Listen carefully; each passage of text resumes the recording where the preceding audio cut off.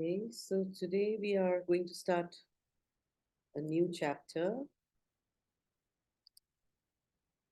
vital education.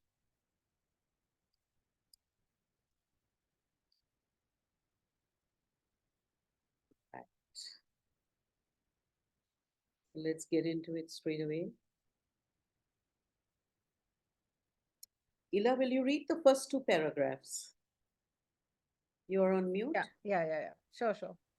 Um, of all education, vital education is perhaps the most important, the most indispensable. Yet it is rarely taken up and pursued with discernment and method. There are several reasons for this. First, the human mind is in a state of great confusion about this particular subject. Secondly, the undertaking is very difficult, and to be successful in it, one must have endless endurance and persistence and a will that no failure can weaken. Indeed, the vital in man's nature is a despotic and exacting tyrant. Moreover, since it is the vital which holds power, energy, enthusiasm, effective dynamism, many have a feeling of timorous respect for it and always try to please it. But it is a master that nothing can satisfy, and its demands are without limit. Two ideas which are very widespread, especially in the West, contribute towards making its domination more sovereign. One is that the chief aim of life is to be happy. The other that one is born with a certain character and it is impossible to change it. Okay, so anything to discuss here? These two paragraphs? I mean, I think we should read more. It's quite interesting. We will read more. You want to continue before discussing? Yeah, I think at least one more Carry on. paragraph. Carry on. The first idea is because it's linked to that. It explains the first and the second. So the two ideas which are very widespread, especially in the West, contribute towards making its domination more sovereign. One is that the chief aim of life is to be happy. The other that one is born with a certain character and that it is impossible to change it. The first idea, which is to be happy, the first idea is a childish deformation of a very profound truth that all existence is based upon delight of being, and without delight of being, there would be no life. But this delight of being, which is a quality of the divine, and therefore unconditioned, must not be confused with the pursuit of pleasure in life, which depends largely upon circumstances. The conviction that one has a right to be happy leads, as a matter of course, to the will to live one's own life at any cost. This attitude, by its obscure and aggressive egoism, leads to every kind of conflict and misery, disappointment and discouragement, and very often ends in catastrophe. In the world as it is now, the goal of life is not to secure personal happiness, but to awaken the individual progressively to the truth consciousness. You want to stop here? Yeah, I think the first idea needs quite a lot of discussion. Okay. I think it's very well, I mean, it's explained well because we've all heard this about, the aim of life is to be happy. I want happiness. What do you want? I want happiness. I want to be happy. So we all say this, right?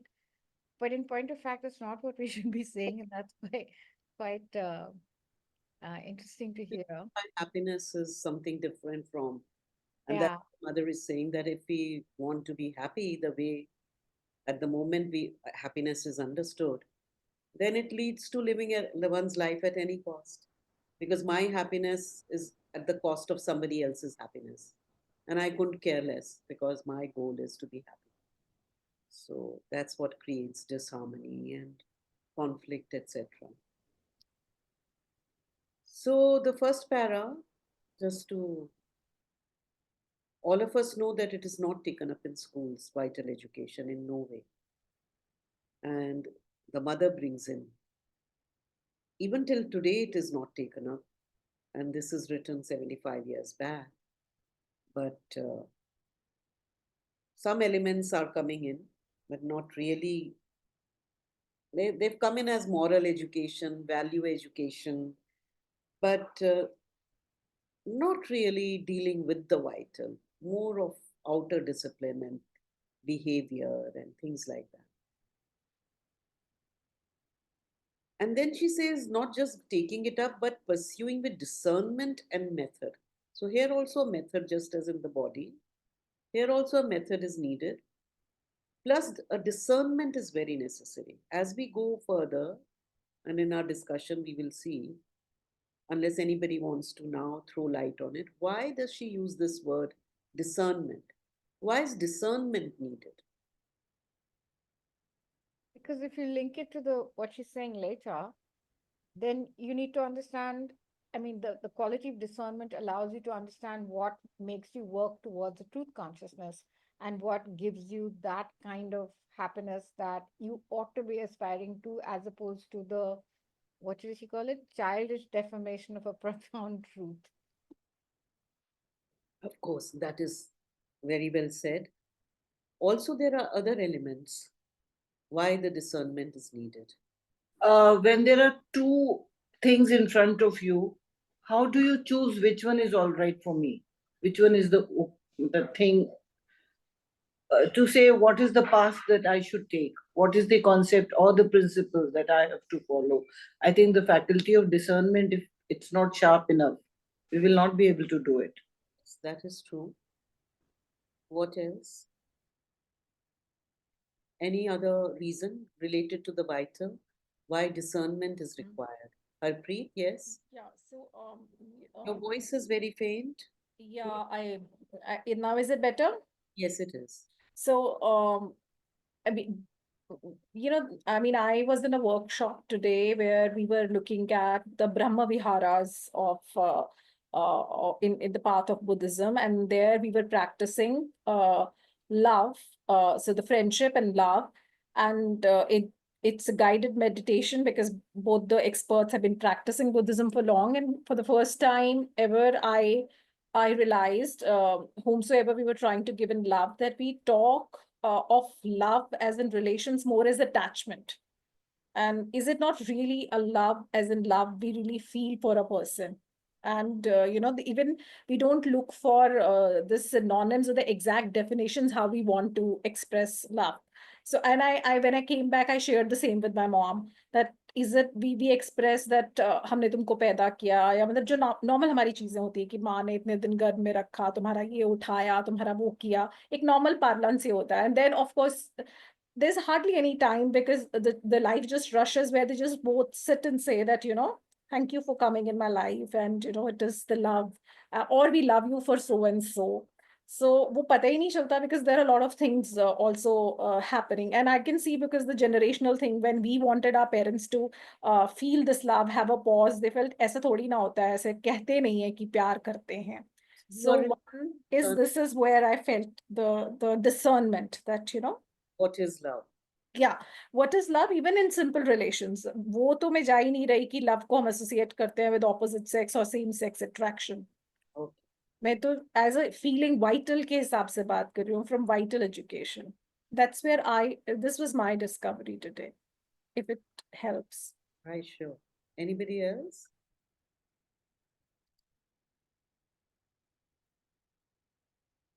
Discernment.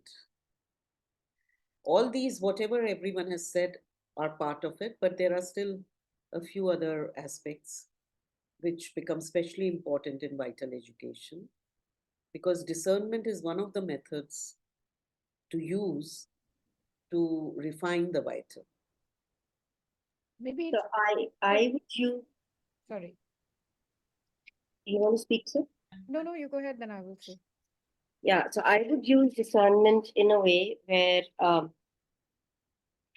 if I have a certain desire or a certain feeling,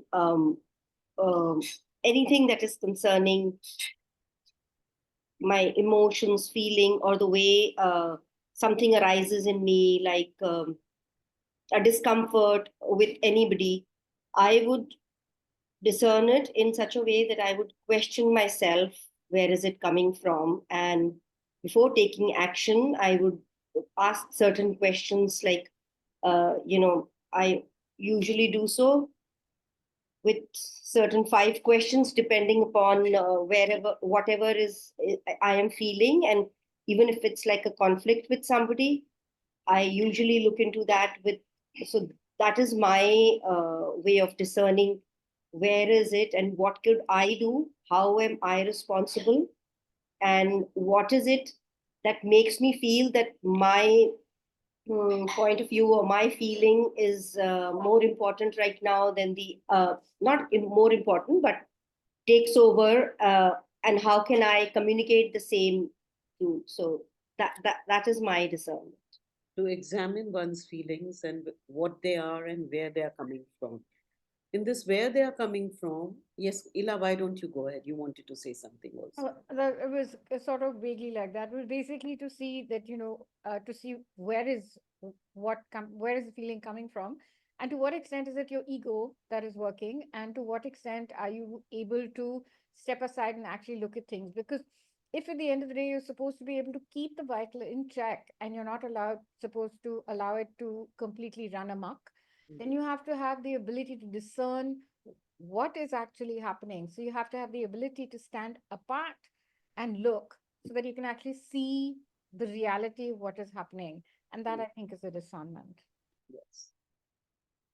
So another couple of aspects that I would like to add to all this. One is related to what Pooja and Ila said. Uh, I'll just take it a little further. You see, there is a devious partnership between the mind and the vital. And for most people, vital is stronger.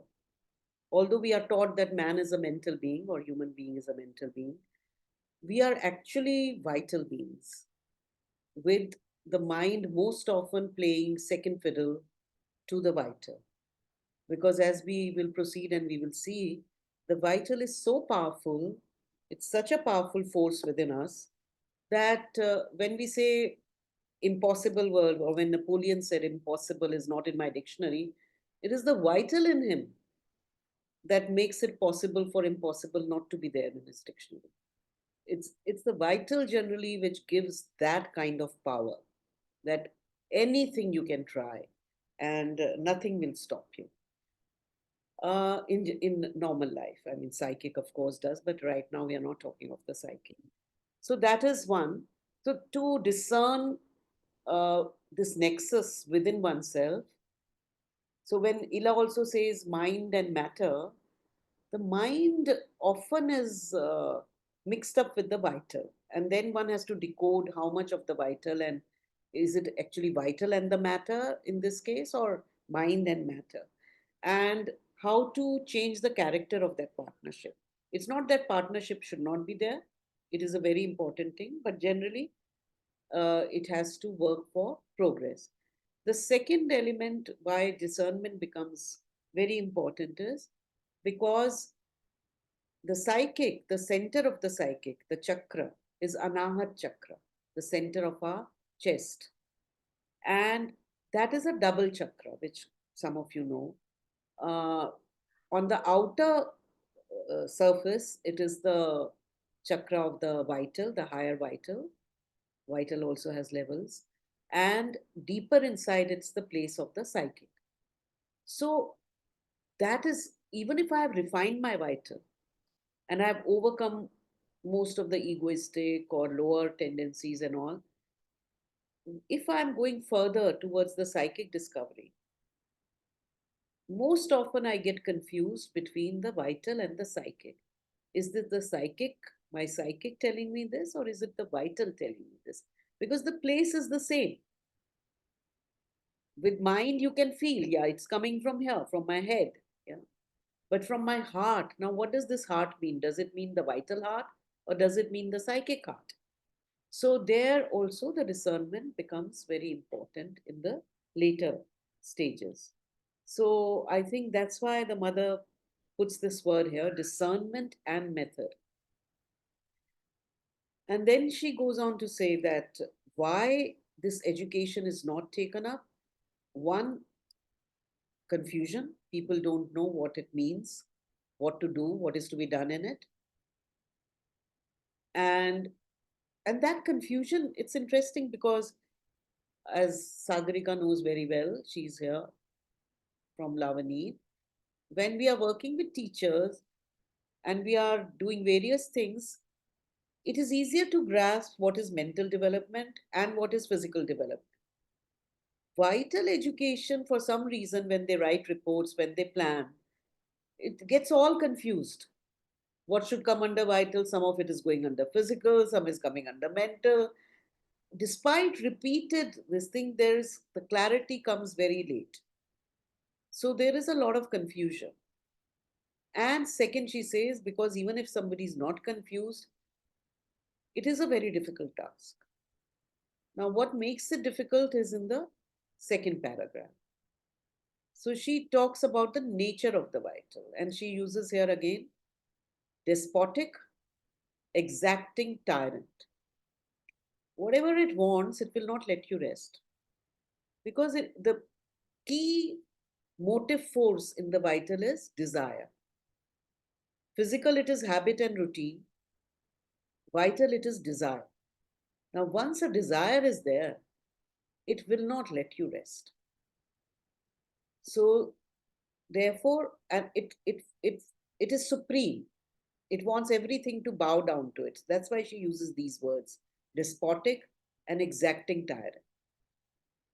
And plus, it is not just that it's throwing a tantrum without any power, it holds power. It is also the source of power of all it's like the dynamo in our human machine. So it holds the power, all energy, enthusiasm, all these things. So therefore, in some way, actually, we have a respect for it. And we are afraid that if we don't listen to it, what will life be? Life will be joyless. There will be no pleasure in life. There will be no energy, no enthusiasm. So we always try to please it. And it is a master that nothing can satisfy, but it is never pleased.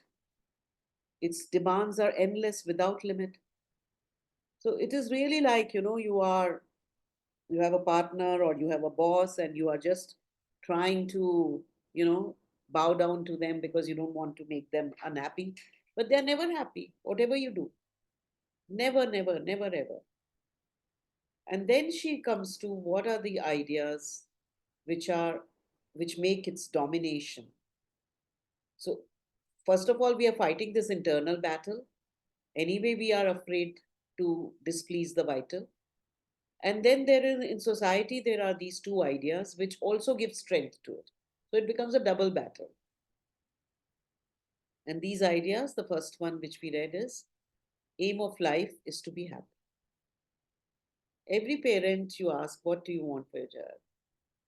Success is there, but most important is earlier it used to be, I want my child to be a good person. Now it's becoming more happy. They should always be happy. Happiness. And the other, which we'll come to, that we are born with a certain nature and it's impossible to change. And this we read. So, this profound truth. So, she says there is a truth in this urge we have. This desire we have for happiness is not false. It is a deformation, but it is a valid desire still because its source is delight of being. And without, so if you know this whole vertical ladder, matter, life, mind, then supermind, and then Sat, Chit, and Anand, the seven planes, the seven things which Sri Aurobindo has made a diagram of also. So Anand, bliss, although we generally combine Sat, Chit, Anand, but then if you look at the planes, bliss is the highest. Ananda, the world is born of delight and sustains itself through delight. It is very interesting because I'm digressing a bit here, but I think also it's important. Even if you see at the pure physics level, the formation of the world, of matter, the molecules coming together, the atoms coming together to form a molecule. What is it? It's an attraction, a force of attraction. A force of attraction at the physical level, which translates at the psychological level as love, as delight. There is a joy in coming together. And that fusion creates the world, higher and higher form still, and then you create a baby. So, this principle of delight is the very essence of holding the universe together. But when it is distorted, and the distorting factor is the ego. So, when it is distorted, it becomes happiness, pleasure, and then mine against the other. And then she uses a word unconditioned. Delight of the being, which is a quality of the divine, therefore unconditioned. So, what does she mean by this unconditioned? That delight is unconditioned. What does she Maybe mean? would use unconditional. She's using it in a similar way. That it Similar. doesn't have any, there's nothing tied to it. And it exists despite what the outer conditions are. No matter what you face, the worst circumstances, this delight is still there. You experience delight. No matter what happens, whether to your body, to your relations, to your family, to your country, to your whatever, the delight persists. When she says quality of the divine, so what in us experiences this delight? What in us is capable of experiencing this delight? Yes, Pooja? Well, Sorry. I think there is no demand for it. Sorry, what are you saying, Sagarika? I think there is no demand for that, for it and whatever. Demand for? Demand for it. When this is the unconditioned, I think there is no demand from my side, and That is true. Neither is there any demand, nor it does change, no matter what happens to you. Somebody comes and does the nastiest thing to you, still the delight is there. But what in us is capable of experiencing this delight?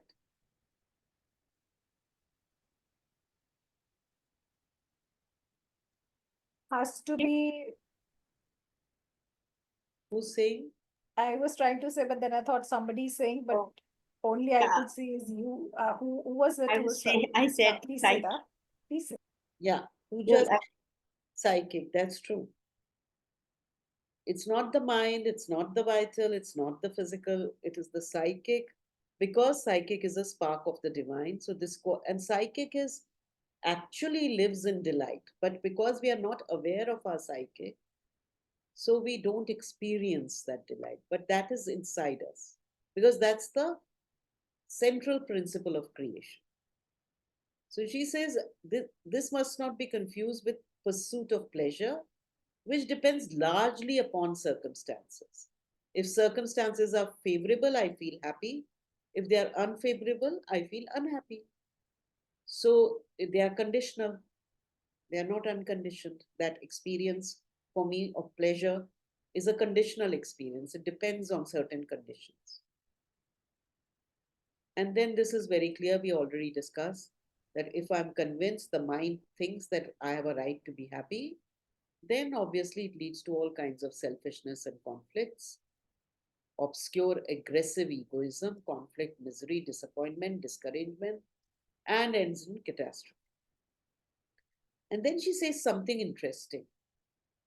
In the world as it is now, the goal of life is not to secure personal happiness, but to awaken the individual progressively to the truth consciousness.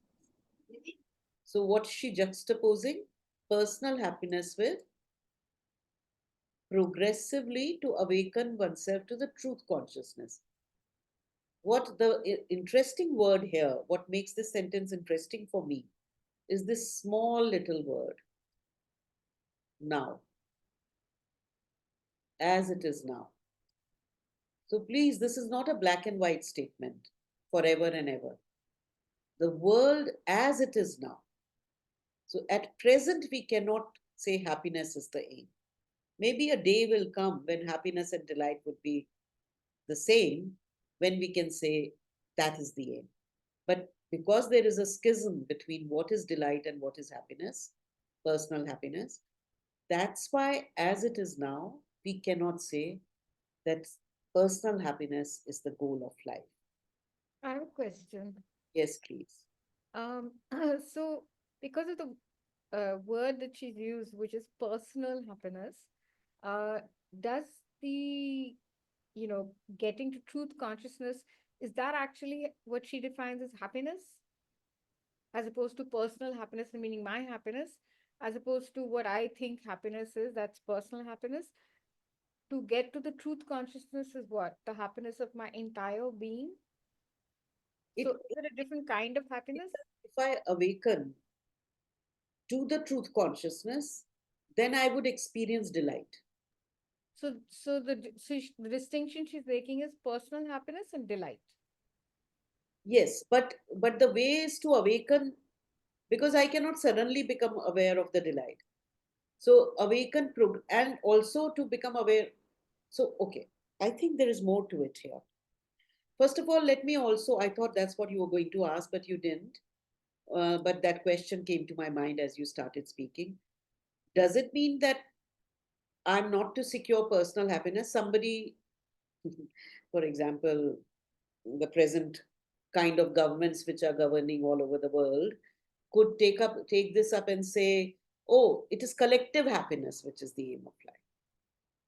We don't have to live for ourselves, we have to live for the commune, for No, the no, collectivity, for the no, nation.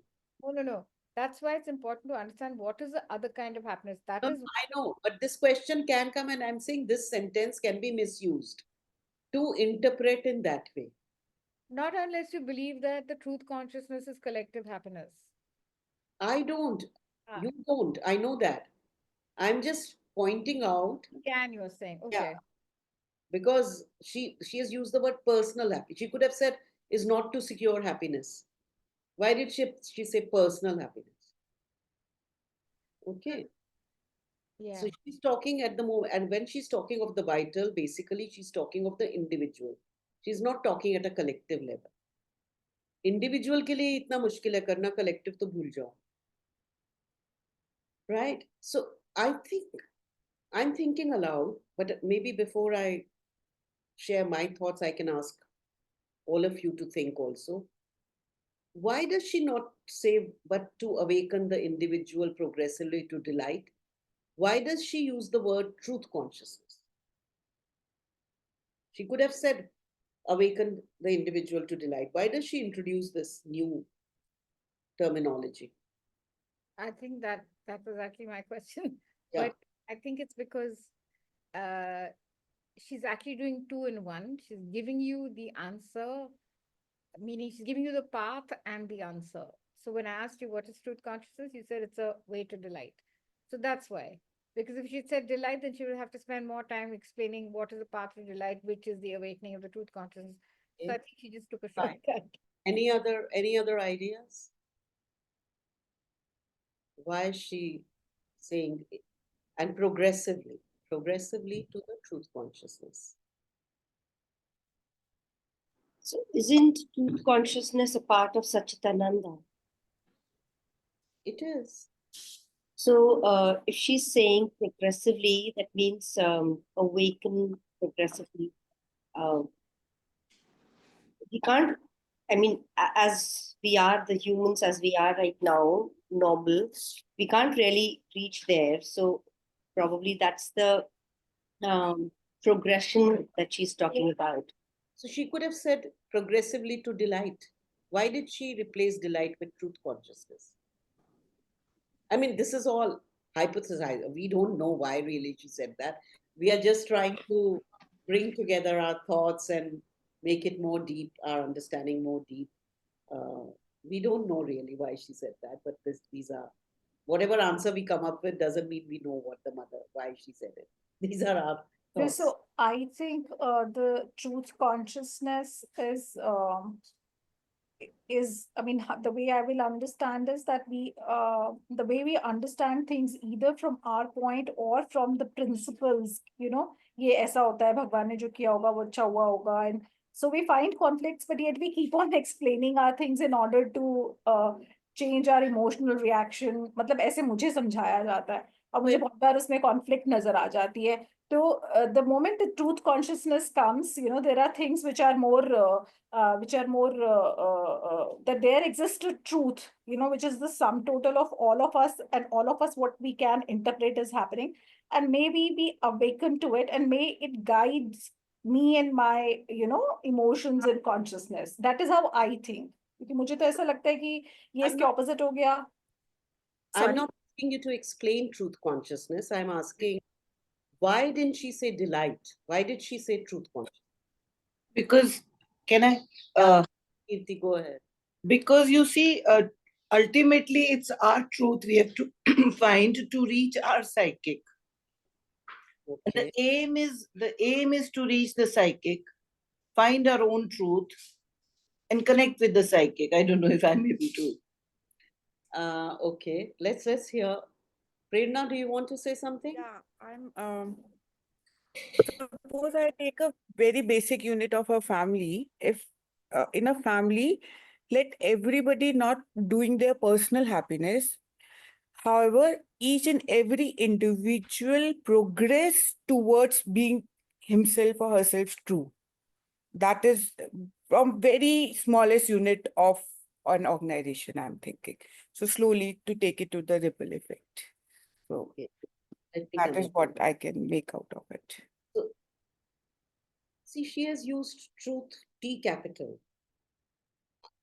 I don't think it is related to my truth, your truth, anybody's truth. Truth consciousness, like Harpreet, I think Harpreet's, Pooja said, Satchidanand, or the truth consciousness, it is talking of the highest plane. And truth consciousness is also the supramental consciousness, not just Satchidanand. Another word, sometimes when truth consciousness refers to supramental. What came to my mind was that if I want to reach delight, like Kirti said, I can reach the psychic, yes, and like the ancient yogis who were not aiming at psychic but at samadhi, they used to go from the mental route, not through the psychic, but they also reached that kind of bliss and they stayed there. Yeah, so they also experienced delight. But Sri Aurobindo's yoga is not about this straight going to bliss or delight and remaining there. Sri Aurobindo's yoga is about perfecting the mind, perfecting the body, perfecting the vital.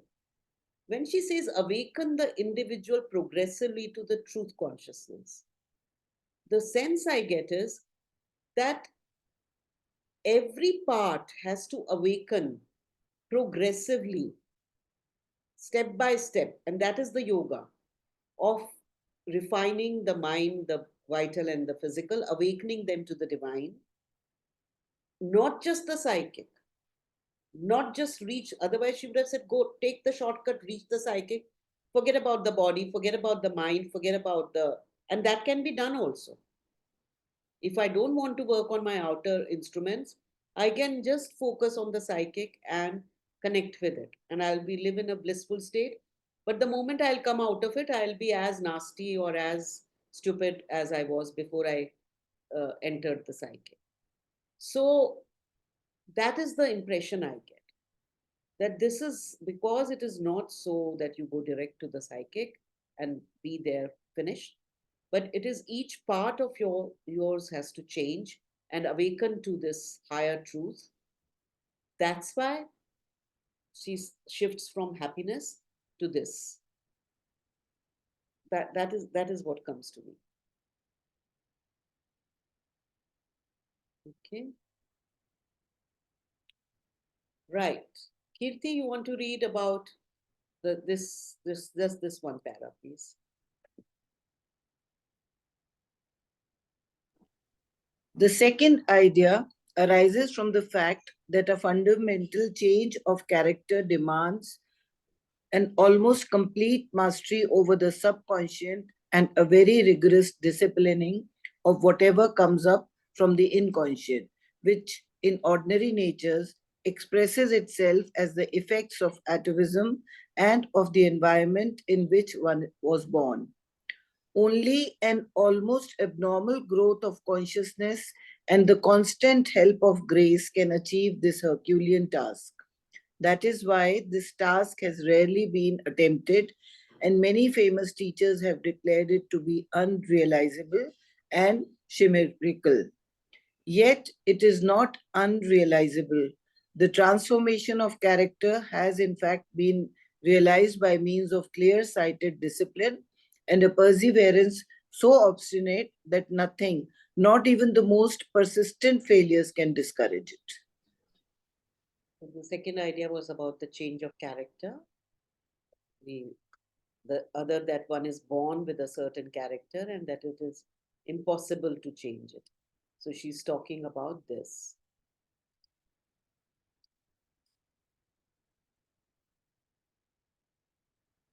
Surah, these atavisms we read about in physical also. I think in one of the talks, perhaps it was there, that subconscious, inconscient, all the environment in which one is born, the atavisms, etc. So we can still try and change certain habits and certain things we become conscious of. But what about things we are not conscious of? They are kind of in our DNA and they are coming from past lives or layers within us which we are not aware of, etc., etc. So she does acknowledge that it is a very, very difficult task, and the way is through growth of consciousness, abnormal growth of consciousness, and constant help of grace. She didn't talk of this grace in the physical. Here she says constant help of grace. So it is so difficult that it requires this abnormal growth of consciousness and also constant help of grace. And then she comes to something which she said in physical also, clear-sighted discipline and perseverance, so obstinate that nothing, not even most persistent failures, can discourage it.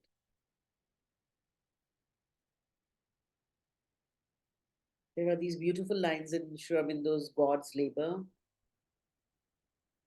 Every battle must be fought and refought through vistas of fruitless lives. He's describing the battle in the inconscient and all in that whole poem. It's a long poem, 3-4 page poem. And he talks about my gaping wounds are 1,001 and something, the enemies rejoice. And every battle has to be fought and refought through vistas of fruitless lives, not just one life, many lives. So that is the task for the vital. Anything to discuss, or shall we go ahead? Didi, I might have to leave. This is Harpreet. Yeah, I'll text you separately. Apologies to everyone. Thank you. Thank you. Ruhi, I yes. have a question. This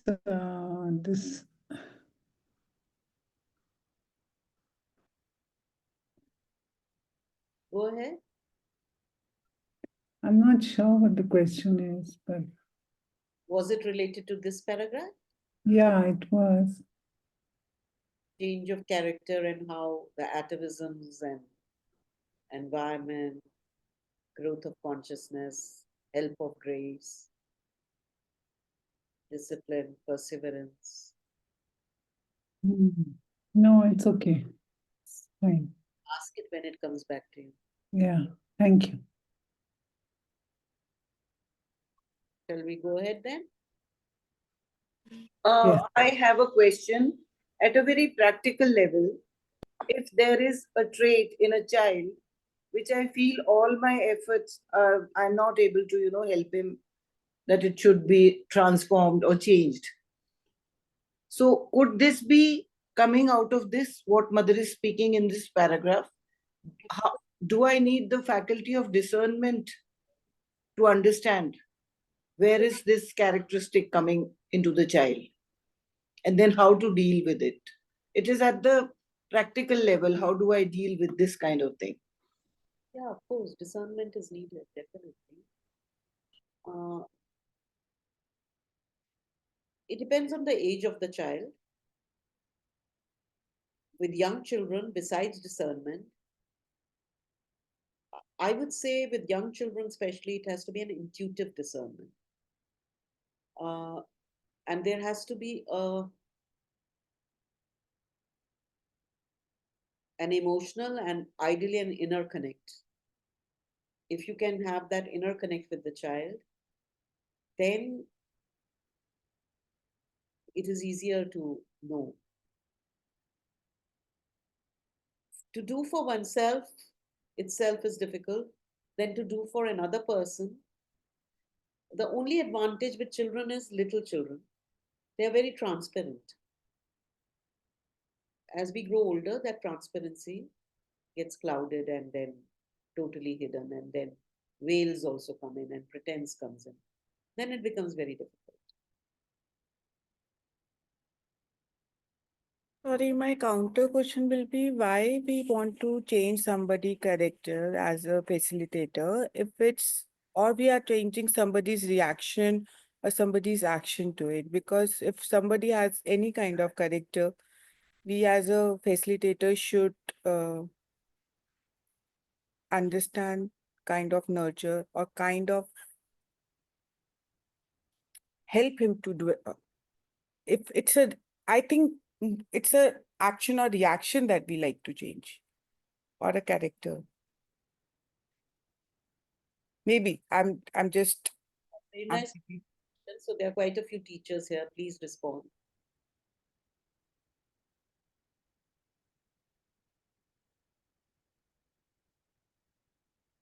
Yeah, that was the question I also had, that why did you want to change?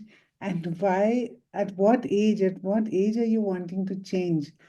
I thought it would come out of realization at an older age that I want to change because I've realized that if it's not helping me. I mean, why as a teacher am I wanting to change someone? Like, I don't know. So. Excuse me, I used the wrong word. It was not the changing of character. If you want to inculcate into a child, or encourage the faculty of concentration, and the child is unable to concentrate, could we connect it to this concept? Yeah, This is what I meant, not the changing of character, please. concentration is mental faculty, Hmm. not vital domain. Although why the child is not concentrating, the reason could be in the vital, but by itself it is. But everybody here thinks that character is not to be changed if you are an educator. Of course, this chapter Mother has written for teachers. Don't forget that. She's not writing, if she was writing for individuals for their own sadhana, it would be different. This chapter has been written for educators, for teachers. So I'm interested in knowing what Sagarika and Pooja think about this change of character, somebody else's character, the child's character, the student's character, the question Prerna has raised. Sagarika, do you work on changing the children's character?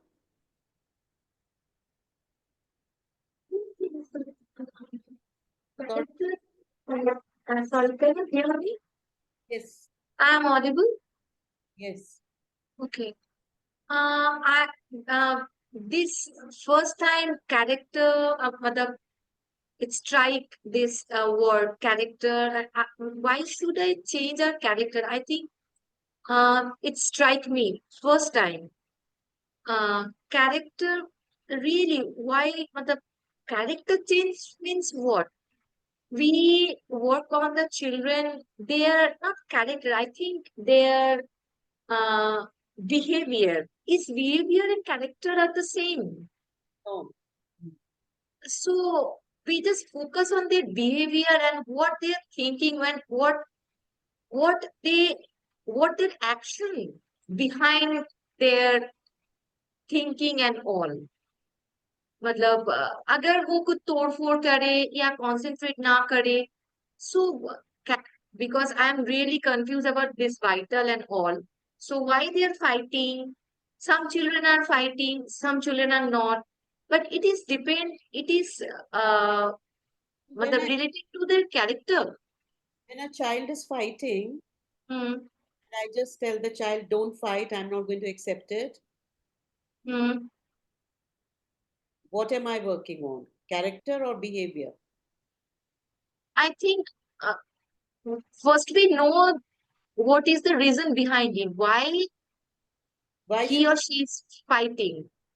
I just have to impose discipline and the child will not behave like that anymore in the class?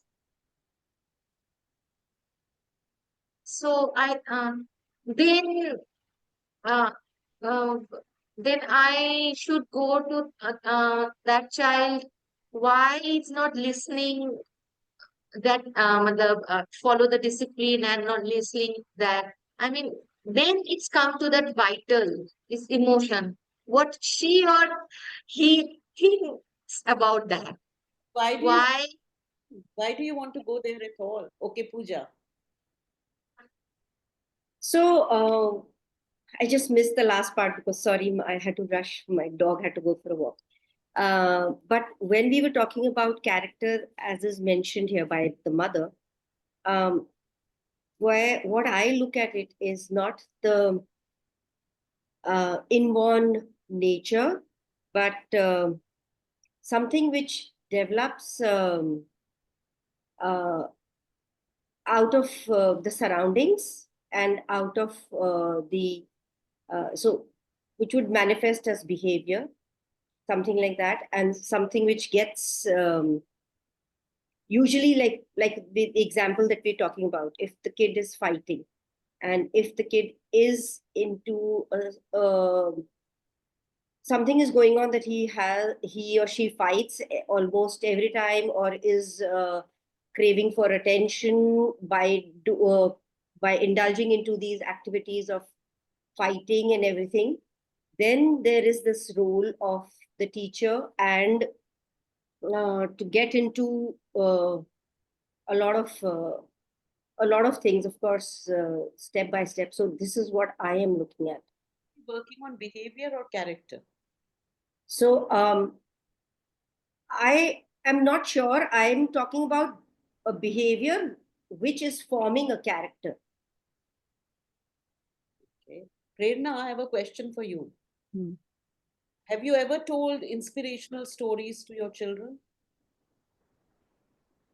Yes, matlab inspirational. Yeah, we shared about different people, good thing, matlab good acknowledgements or good things about that. Yes. Inspirational stories are about people with good behavior or people with good qualities, with good nature, with good character, or is it only good behavior? I more emphasis on good behavior rather than good morality, like being truth or my emphasis as a mother would be more on the achievements, more on the behavior side, not from a perspective of character. What I understand from character and like for a fight perspective, if somebody even has a attention seeking character, maybe it is coming and maybe it's just we need to divert and channelize to a beautiful space. But anger also is a very beautiful, if very beautifully directed, like we have studied in the first paragraph that vital is such a big energy and if need to be very important. Matlab, if you don't have that fire in you, the the world would be so much of nothing would have been invented or we would not have been there. So that I personally feel all these energy need to be directed, but not to be changed any kind of emotion. That is my thought. Well, mother is definitely talking about transformation of character. She's Trans- not talking, just directing the energy. And oh, she's behavior for sure.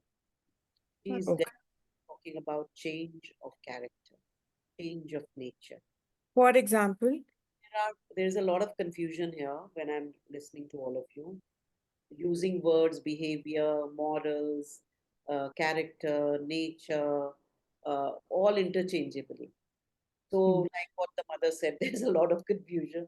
I can hear the confusion also. Yes, Ila. The reason why I think characters, it's important to change characters because we're all I'm very broadly speaking, I'm not talking about only children, but everyone. We're all works in progress. We are not perfect beings. We do need to transform. If we work with the assumption that no, let us only change behavior, let us not change characters, that means that our characters are perfect, but they're not. And we know, I mean, that's what we need to work on. Why do we need to find the truth consciousness? Why do we need to look within ourselves? Why do we need to try and connect with the divine? Because it's there, yes. But our characters are not so perfect that we can tap into it whenever we want. So that's WIP that we need to keep doing. So yes, we all have to work towards changing character. And changing character does not necessarily, I think the confusion is that changing character sounds like disciplining. You're beating something out of someone. No. You're just guiding them into a different higher plane. That's also changing character. Changing character from what is good to what can be much better. When you speak of behavior, actually, moral education, that is what it tries to do. Change the behavior.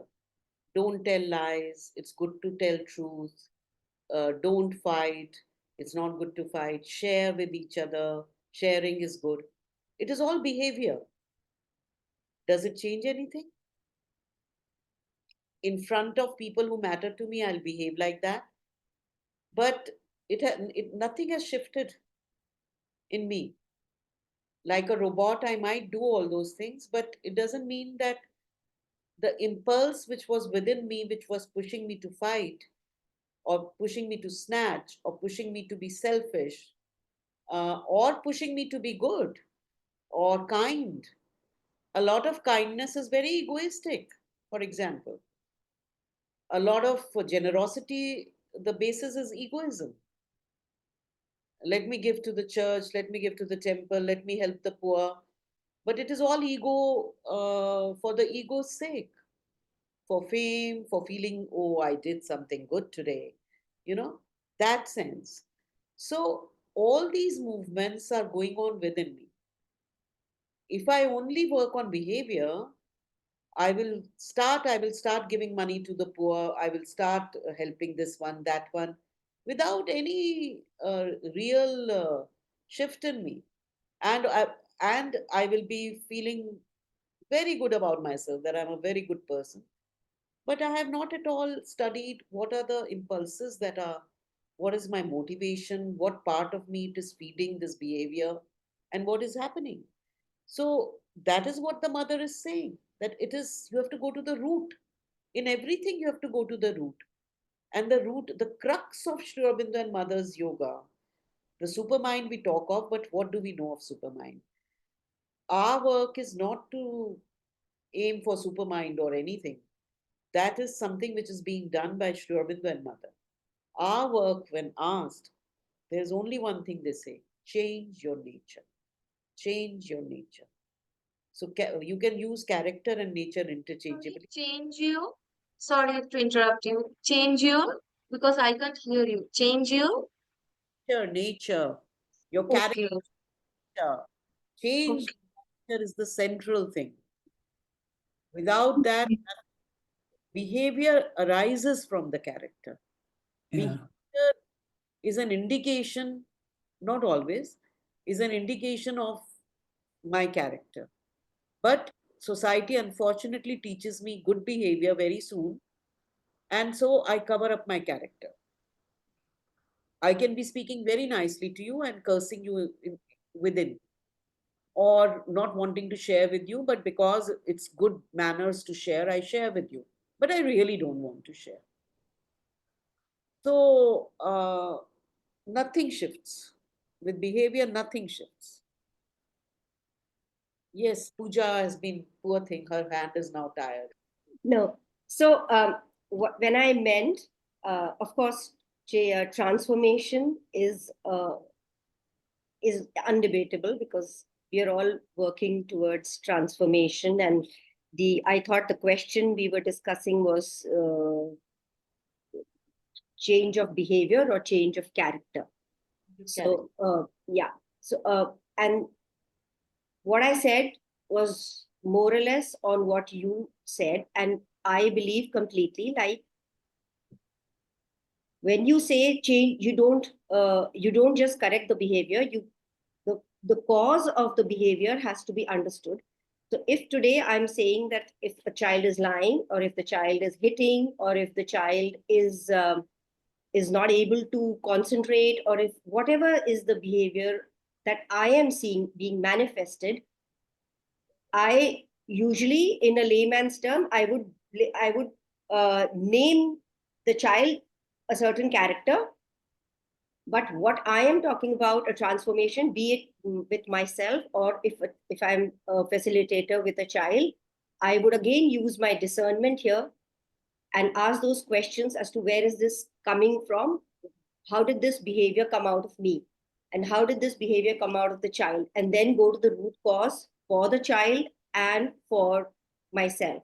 So in both the aspects, until unless the behavior is the manifestation that we all see, and if we work on getting to the cause of that and work on, then automatically the character changes, because you start. The child will no longer have need to fight, or have no longer any need to lie, or Not so so the character gets. I mean, I understand the logic, but unfortunately, it's not so simple. For example, this we have discussed earlier, maybe. Uh, these little children, when they come to Lavani, the first year, there was a particular year when I also worked in Lavani. First year, they were with Sunena, and they were all very well behaved, very quiet, very gentle. And next year, they had to come to me. So I thought I'm going to have an easy time. Sunaina has really done a very good work. They've all become nice little angels and they're coming to me. They were devils. They gave me such a hard time. They were totally all, I didn't see any quietness. I didn't see any this thing. And this I've seen very often. And same way, what I would have tried to inculcate in them in front of me, while I was there, while a living influence was there, it would have been there. But next year, when they went to another teacher, it would have become different. If character was so easy to change, mother would not be saying that it is so difficult that you need grace and all that. So it is not so simple. Of But course, it is not at all simple. And the child, even with their parents, at every age and every stage, and with each new person, tries to test their boundaries, tries to explore new horizons, as to they don't know, they're curious about how lying works, or if there is something disturbing the child from deep down and we haven't worked on it. And this work is not a work of 1 week, or just a simple thing called I'm listening to the child, or I'm there for the child. It is even for a parent with a child, and even for a facilitator who's with a child, and the facilitator is different each year, and the child also goes back home to the parents who are not following what it is. So it's a very complex surrounding for a child. try and change something in yourself, and you will see how long it takes. Exactly. Or in a safe environment, you feel I've changed it. But the moment you are challenged, you see that same trait coming back again. So it takes a lot of work. The question remains what Prerna and so as far as what mother is talking about, she's talking of character, she's not talking of behavior. Behavior is very simple to change. But Ruhi and Prerna's question is also why should we change somebody else's nature or character? Why should we? So another thing came to me when you were talking about inspirational stories. Probably a child would not have a trait. We have run out of time. Okay. I would like both Ruhi and Prerna to reflect on it. And as they are both mothers, to reflect on their own interaction with their children. And next time we can share about it. And whether they only worked on behavior of their children or did they ever work on their natures and characters also. I would like them to reflect on it and they can share next time. Now it's almost 6:17. I don't want to prolong because everybody may have things. So I think, Pooja, you were going to talk about this aspect, but we can take it up next time. Okay? Is that okay with everybody? Okay. You, yes, Okay, bye-bye. Yes. Thank you. Bye-bye. you. Thank you.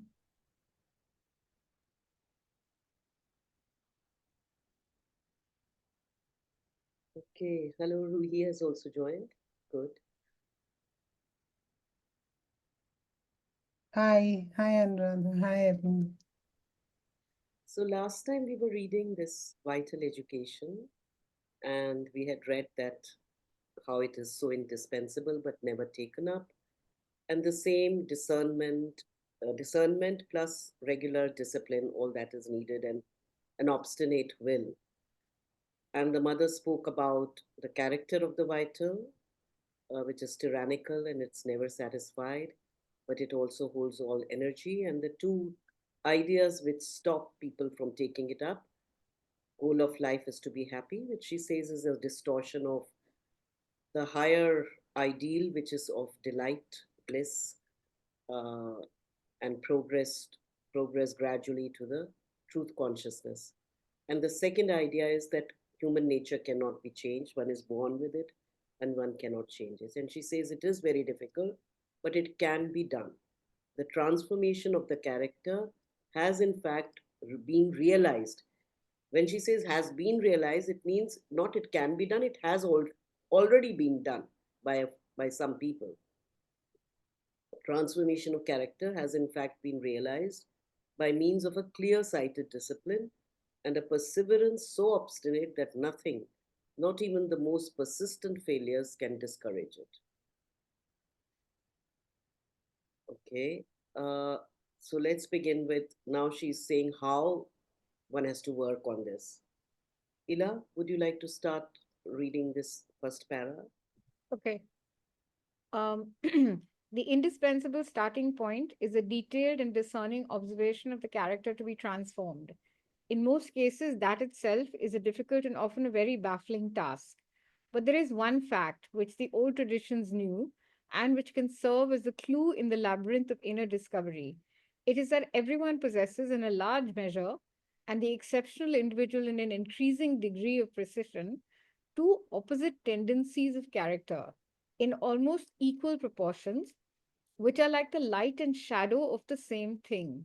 Thus, someone who has a capacity of being exceptionally generous will suddenly find an obstinate avarice rising up in his nature.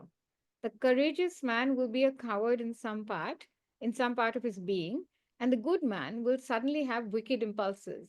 In this way, life seems to endow everyone not only with the possibility of expressing an ideal, but also with contrary elements representing in a concrete manner the battle he has to wage and the victory he has to win for the realization to become possible. Consequently, all life is an education pursued more or less consciously, more or less willingly.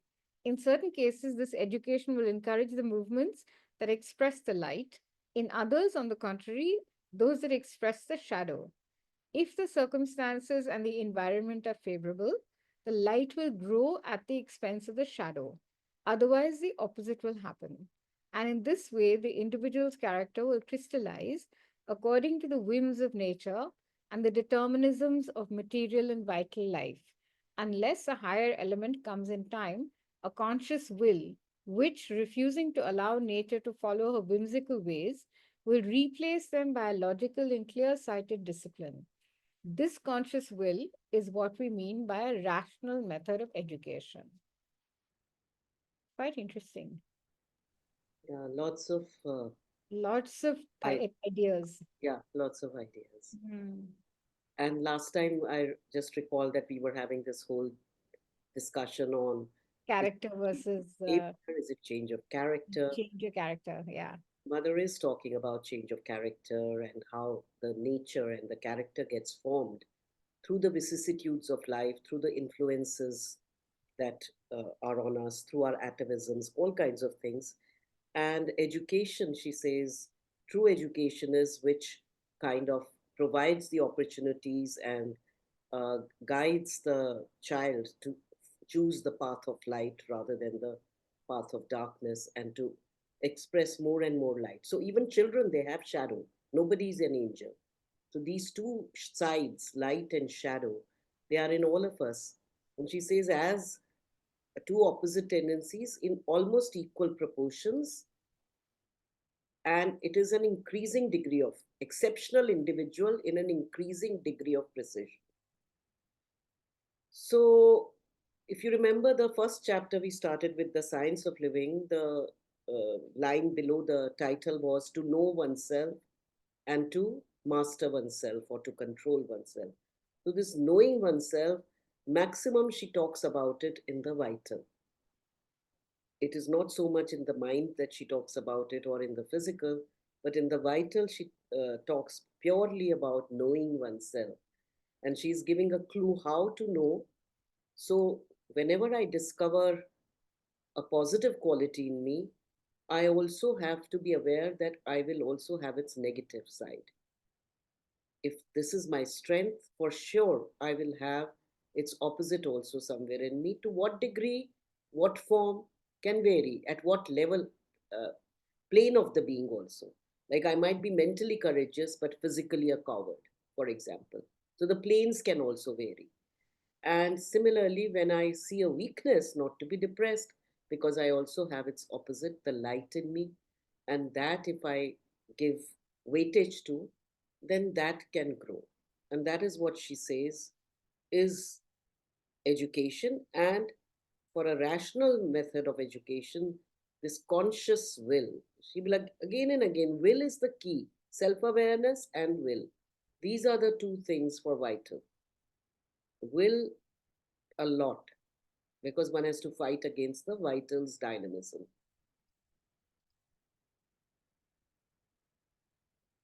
And this she calls a higher element. A conscious will being a higher than the vital. Because if it is at the level of the vital only, it will be difficult. So it is in other places about transformation of character. There is talk about the psychic, there is talk about the divine grace, the aspiration, personal effort combined with aspiration and grace. These two go together. Yeah. Anybody, anything? Actually, this last sentence, the one that you were highlighting, is so long and it has so many thoughts in it. I really don't know how to, sort of unpack it part Which by part. So this one, which starts with, and in this way, no, Nietzsche. which And yeah. in this way, the individual's character would crystallize according to the whims of nature and the determinisms of material and vital life. Okay, so that's the individual's character will become either sunnier or darker or whatever, based on the whims of nature and the determinisms of material life, unless a higher element comes in time, a conscious will which, refusing to allow nature to follow her whimsical ways, will replace them by logic and clear-sighted discipline. There are many thoughts in this. So I'm not really sure exactly what she's trying to say here. Well, the first is that if left to itself, all of us are left to ourselves without any intervention. It's not that without intervention, everybody grows into a crooked being. I mean, uh, without intervention, also, some people do follow the light, whether it's their past life tendencies or it is the soul, the psychic push for whatever reasons, or the atmosphere they're born in, surrounded with naturally, without any conscious effort on the parents' part, for example. Something still materializes. So, but she's saying, because she's talking of education, this is written for teachers and it's in the context of education. So she says, let's see the first sentence also. If the circumstances and the environment are favorable, the light will grow. at the expense of the shadow. So gradually the courage will win over the cowardice, for example.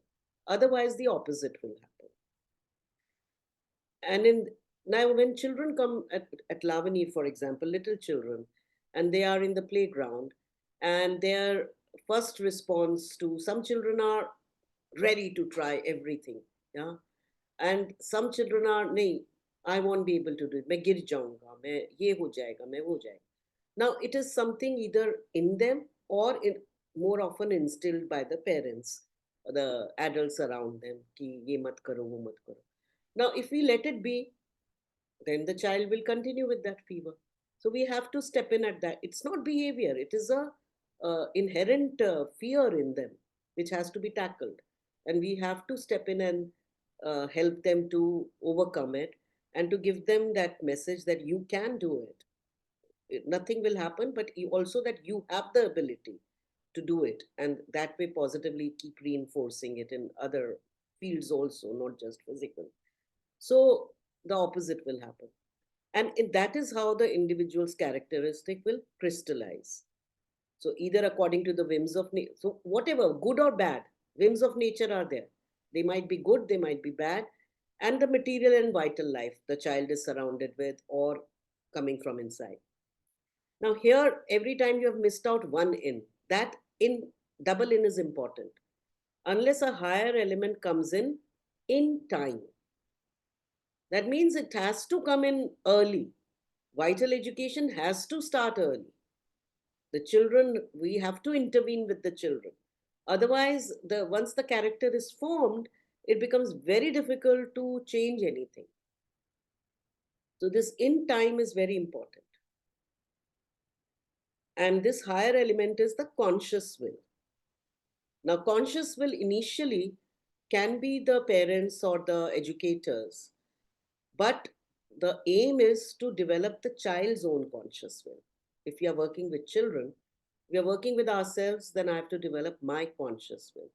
The will is conscious, conscious of the difficulty before me, conscious of the light in me, and conscious of the divine grace and the possibility of whatever my ideal is to work towards it.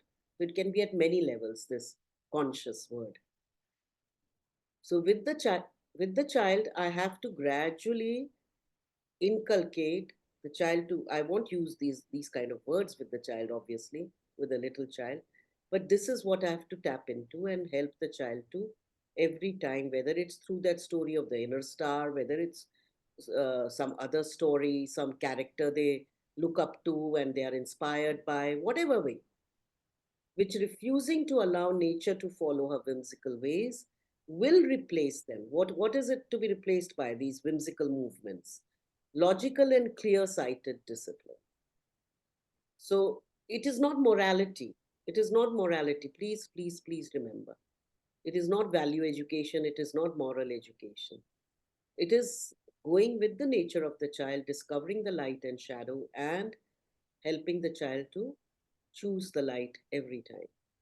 Logical and clear sighted discipline. And it requires, because it is like any habit, if we give in once, when we are de-addicting ourselves or whatever, then it is gone. You have to start from the scratch again. So that's why this discipline is required. And this conscious will, meaning developing that conscious will and applying it, is what is a rational method of education. That's what is being said here. Is this basically about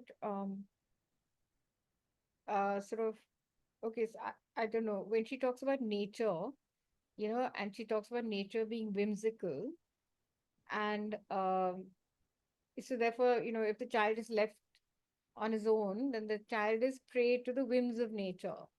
So therefore, in order not to fall prey to the whims of nature and to grow the light, you need to have this conscious will.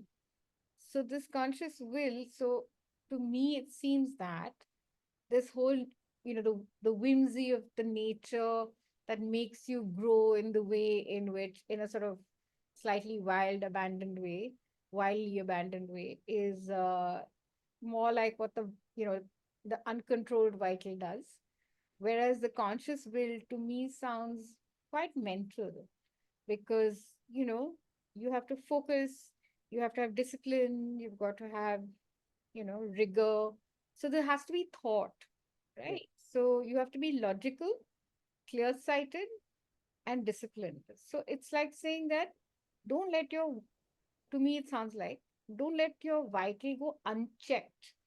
If you want to grow the light, you have to use your mind to discipline yourself so that you can do things that grow your light. But I don't know whether that's a right interpretation.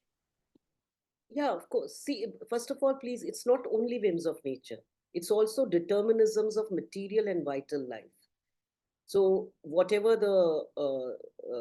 and whims of nature, what exactly it means, I'll have to think about it. I've never thought. Talked Uh, about it twice, yeah, yeah. So, Yeah. whims of nature, I think just the circumstances that happen due to so many forces around us. One is in a medley of forces all the time. Actually, Your family is in a medley of forces. Yeah, sorry.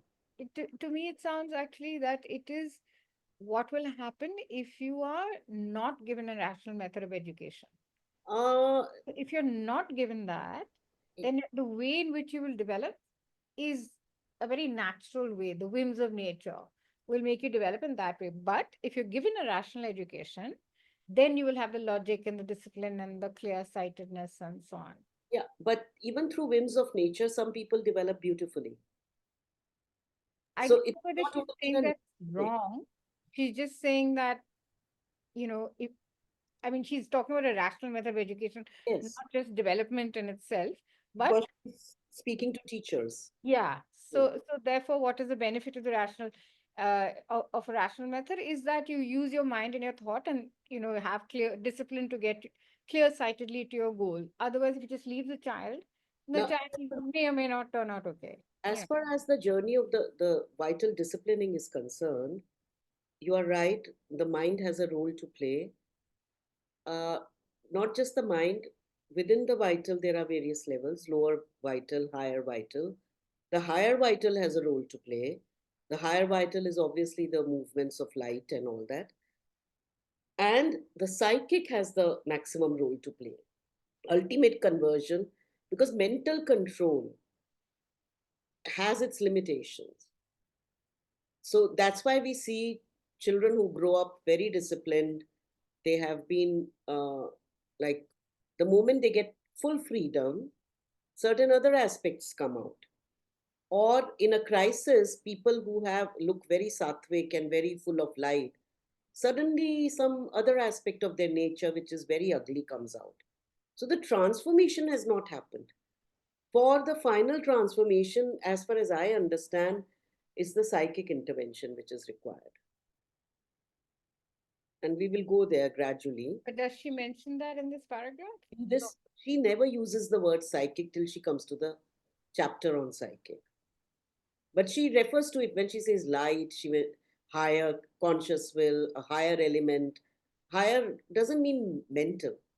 Higher means something beyond this ego driven, the three layers, the physical life. What is this conscious will then? Is this a psychic she's referring to? So Well, that's why I said conscious will can be at many levels. One has to begin somewhere, no? If I can't access the psychic, where do I begin? Does it mean I don't do anything about the vital?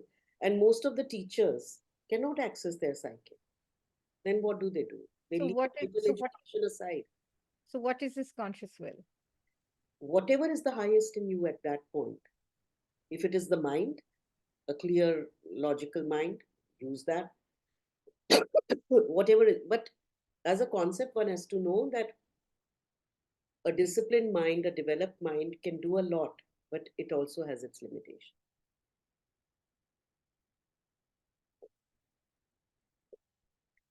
Anybody else? Anything that you want to say? Hello, Nishi. Hello, everybody.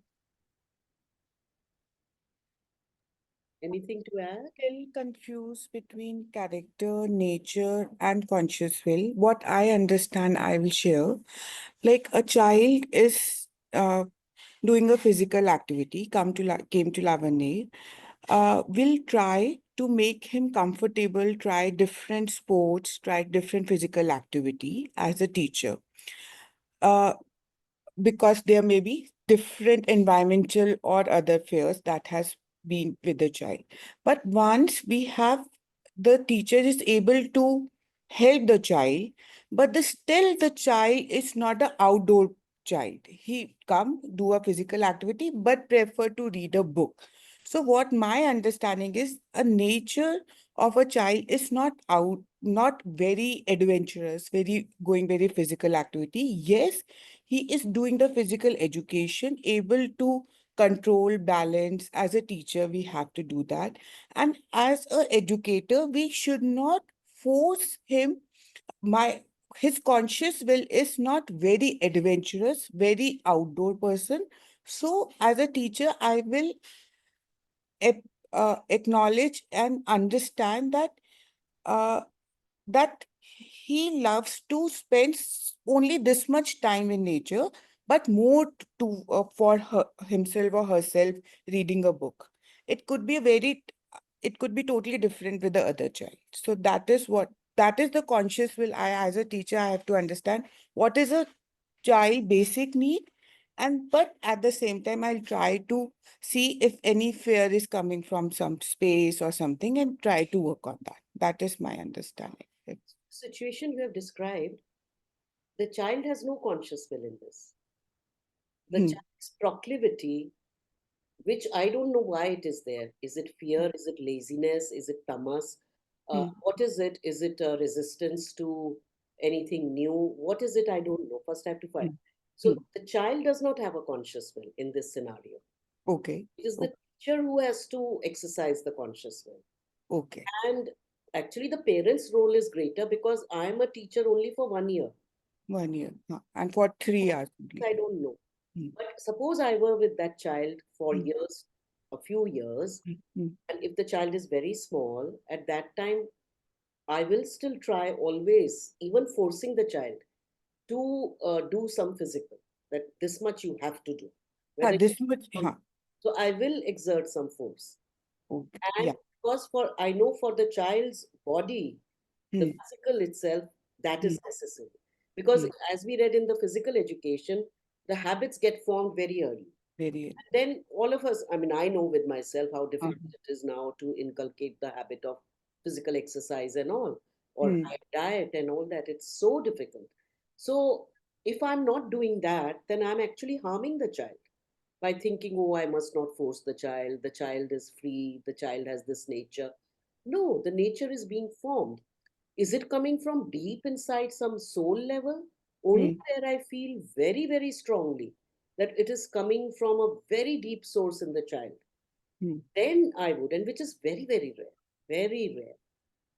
Still, I would encourage, and as the child grows, I would engage in dialogue with the child. I will try to, suppose the child wants to be like a Batman or Superman. Hmm. I will use those stories, what the Superman must have done to develop that stamina to help people. So, how do we need to build up stamina? And I would encourage the child to engage in physical activities with a purpose, with find the door to, because I have to, it is my job as an integral teacher to provide a platform for a balanced growth, an integral growth, not just in one direction. And at the same time, to understand what is this child's special, unique proclivity, which Hmm. seems to come from a deeper source, and how to integrate that so that the child becomes. Because in life, if I see life full, when the child will grow up and become a scientist or an astronaut or an artist or whatever, the physical is the base. So I cannot leave the child like that. I'll be doing harm to the child's future. So the Yes. conscious will is the teachers, in this ठीक. case, with very little children. Thank you. It's helpful. Yeah.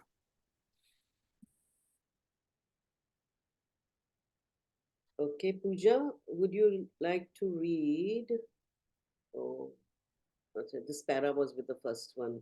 Anyway, just read this para and then continue. Just 1 minute. Yeah, I wanted to ask you that, so the conscious will, I mean, what I'm understanding is that we are developing the conscious will of the child. Yes, yes, we do want to develop that. But with very little children, how will you do it? We have to, so that's why I said, like, whether it's the story of inner star or somebody they aspire, like they want to be, as many a times a child says, I want to be like my mother, I want to be like my father. Then when they are doing something, I say to them, oh, like suppose, they are passing food by throwing it. I say, oh, you want to be like your father. Does your father throw food across the table? So, say, no, no. Oh, okay, then they understand. Yeah. So there is a role model they're aspiring to be. So I have to remind them of their aspiration. And gradually I have to try and make their aspiration independent of just their parents, and try to discover what is it that they exactly want to go towards.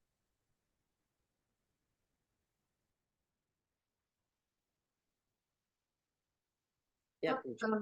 Sorry. Like sometimes when child is being asked कि आप किसकी तरह होना चाहते हो, क्या बोलते हैं, मुझे पापा की तरह होना चाहते हैं। हाँ, तब उनसे पूछा जाता है तो कि आप पापा की तरह क्यों होना चाहते हो, क्या बोलते हैं कि हम क्योंकि पापा ऑफिस जाते हैं। तो ये फिर क्या है, जस्ट उसमें हमें मतलब क्या थॉट्स, मतलब क्या करना चाहिए, बस ऐसे उन्होंने बोल दिए। अब पहली बात तो Sagarika, I will never ask कि आप किसकी तरह होना चाहते हो, because I don't want the child to become like someone. If the child themselves say, I can say कि आपको क्या अच्छा लगता है, क्या करना अच्छा लगता है, क्या बनना चाहते हो, then the child might say कि I want to be like my father, but I will never ask the question, who do you want to be like? Because I want the child to be on their independent path. But the child नहीं, might listen what you are okay, saying.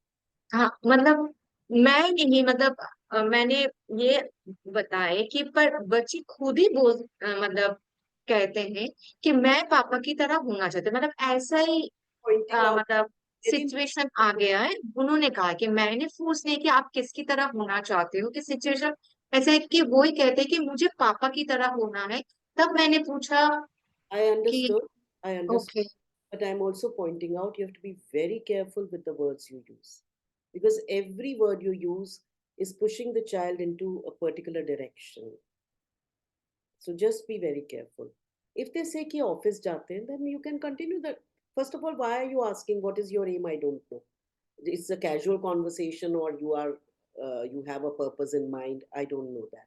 So one can keep questioning कि office जाते हैं तो क्या हुआ? बहुत लोग office जाते हैं, तो पापा की तरह क्यों, या office में क्या होता है, या I have to try and bring it down to a particular quality that they are looking at. But again, why are you having that conversation? That is important. Okay, Pooja?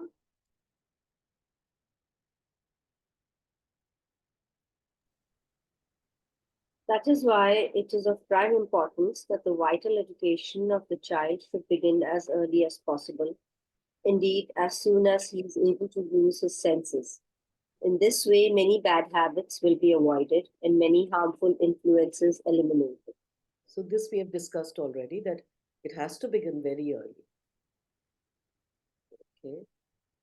This vital education has two principal aspects, very different in their aims and methods, but both equally important. The first concerns the development and use of the sense organs. The second, the progressing awareness and control of the character, culminating in its transformation. Carry on, read the next two paragraphs also. The education of the senses again has several aspects, which are added to one another as the being grows. Indeed, it should never cease. The sense organs, if properly cultivated, can attain a precision and power of functioning far exceeding what is normally expected of them. In some ancient initiations, it was stated that the number of senses that man can develop is not 5 but 7, and in certain special cases, even 12. Certain races at certain times have, out of necessity, develop more or less perfectly one or the other of these supplementary senses. With a proper discipline persistently followed, they are within the reach of all who are sincerely interested in this development and its results. Among the faculties that are often mentioned, there is, for example, the ability to widen the physical consciousness, project it out of oneself so as to concentrate it on a given point and thus obtain sight, hearing, smell, taste, and even touch at a distance. Yeah. Oh. So two principal aspects.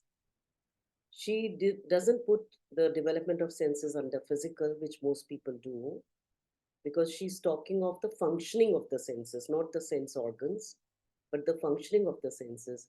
And the way the senses carry messages to the brain is affected a lot by the vital.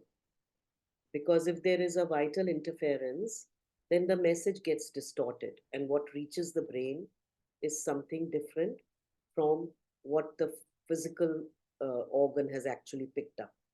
So that's what I've understood. Perhaps that's the reason why she's put sensorial development not under physical but under vital. And in senses, she says, again, throughout life, Sri Aurobindo has a whole chapter on development of senses where he talks about the precision, accuracy, and the strength, how far you can reach with a particular sense and how accurate it can be. Well, here also she says, yeah, precision and power of functioning. Precision and power of functioning. And then she mentions these ancient traditions and more subtle senses, which the mother herself had, and we see the example of it in Sanjaya Uvacha, the Bhagavad Gita.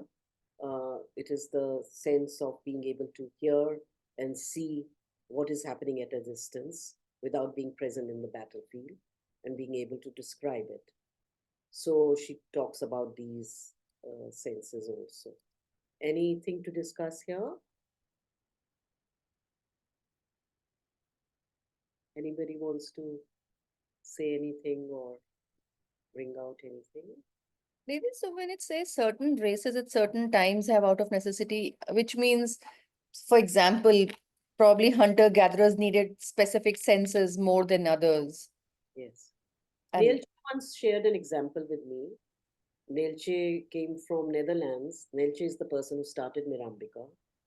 And she is Dutch. She's in Pondicherry now. So she said that in Netherlands, there are certain communities which live very far away. One house, one farmhouse is very far away from the other. And when it snows and almost of the time, the phone lines are down.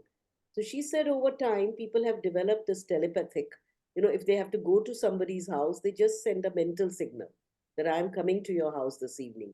And the other person receives it. So they've developed this ability out of necessity. wow.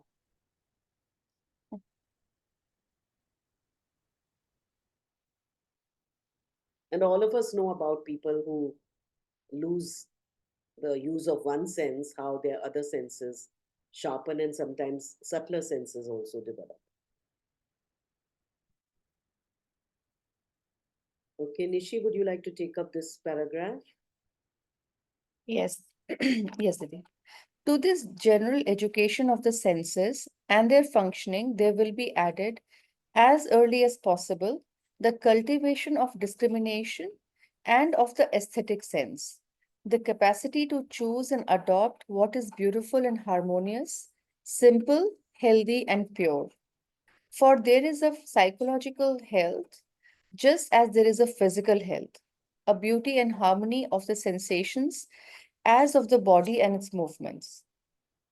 As the capacity of understanding grows in the child, he should be taught in the course of his education to add artistic taste and refinement to power and precision.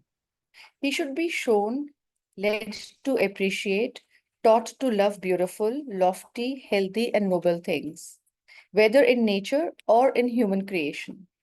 This should be a truly aesthetic culture, which will this should be a truly aesthetic culture which will protect him from degrading influences.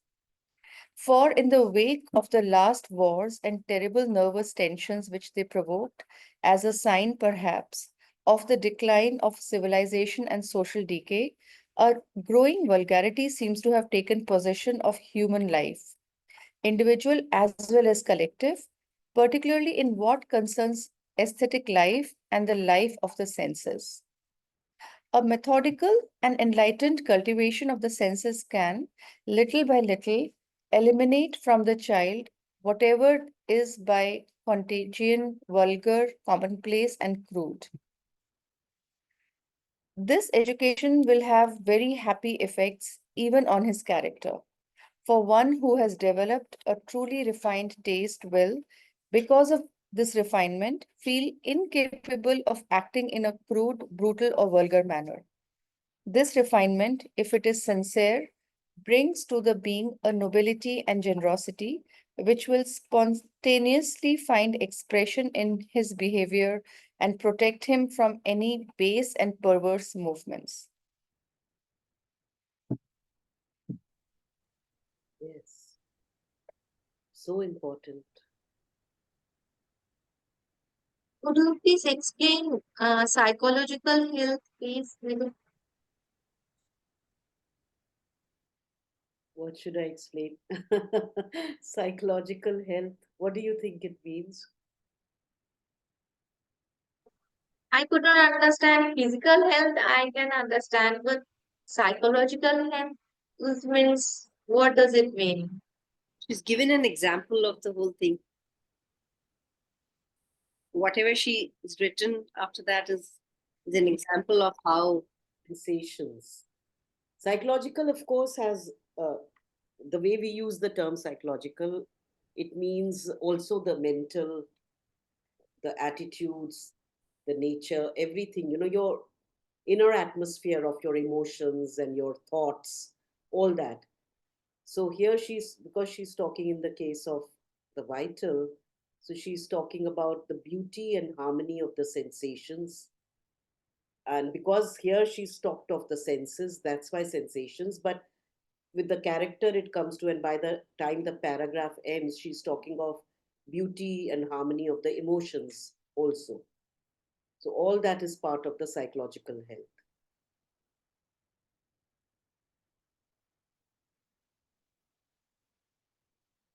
And maybe that's also the reason she's put sensorial development here, because through the senses so many things come to us. Whatever we see, whatever we hear, the kind of books we read, the kind of films we watch, the kind of music we listen to, the voices which surround us, the noise level, the colors, so many things, everything. We take in the world through our senses only.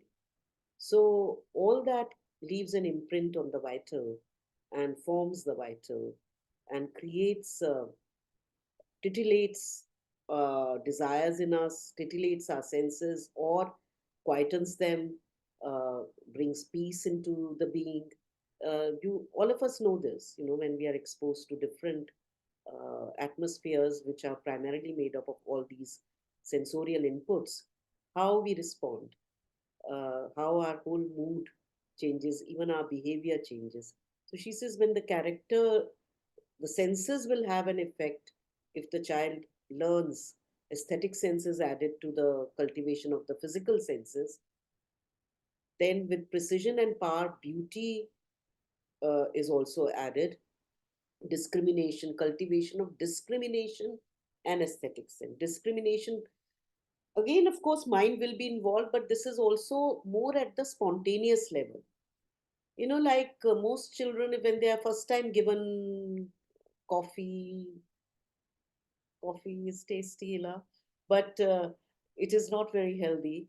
Most time people reject it, but gradually they acquire a taste for it. Or many things spontaneously the being rejects, but gradually, or a very jarring music, you see how children respond to it if the music is very jarring. But gradually, if they are all the time exposed to it, they want it. that is what they consider music. So this refinement of senses, the discrimination is like your whole being is attuned to a particular vibration, and it spontaneously rejects something which is vulgar, crude, ugly, etc. And the reverse is so discrimination is applied to capacity to choose and adopt what is beautiful, harmonious, simple, healthy, and pure. Some of these words she used in the diet also, no, the physical diet. So this is the emotional diet. Yes, Nishi. Didi, Mother has spoken about that because of the war and its related effects and but it continues, this engagement with low quality, vulgar, I think Mother hasn't she's used the word brutal, but very, very, uh, uh, whatever, so what could be causing that now? Or is it like that was a movement that started then and it just continues? Or are there specific factors contributing to this? Violent, I meant to say violent because that we see a lot now. Longer discussion, but in brief, vital education has not happened. No? When has it happened? When the intervention has not come in, the movements have just grown. It is again winds of nature which are at play, and the world is moving like that. And other factors, stronger factors, have come in to kind of solidify.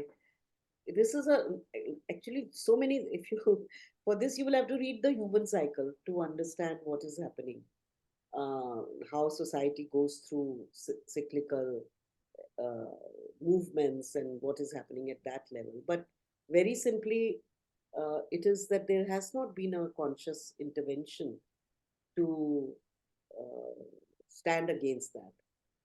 I would say, at least my understanding is that we are seeing an up.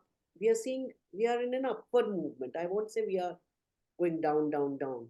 In certain areas, it seems like that, but my understanding is we are now again rising the because a lot of people around the world, whether they follow spirituality or not, doesn't matter. But a lot of people around the world are feeling this need. There is an aspiration. And a lot of people doesn't mean it has to be majority, because only a small number is enough to catalyze a revolution. That's how revolutions happen. It's never the majority which creates revolutions. So my sense is that things are on the going up. I don't know.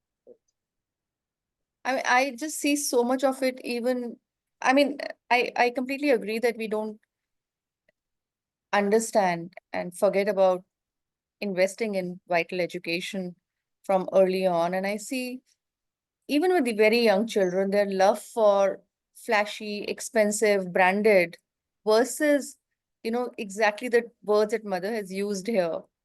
Um, Beautiful, lofty, healthy, noble, simple, pure, harmonious. I mean, it's just very jarring, the difference.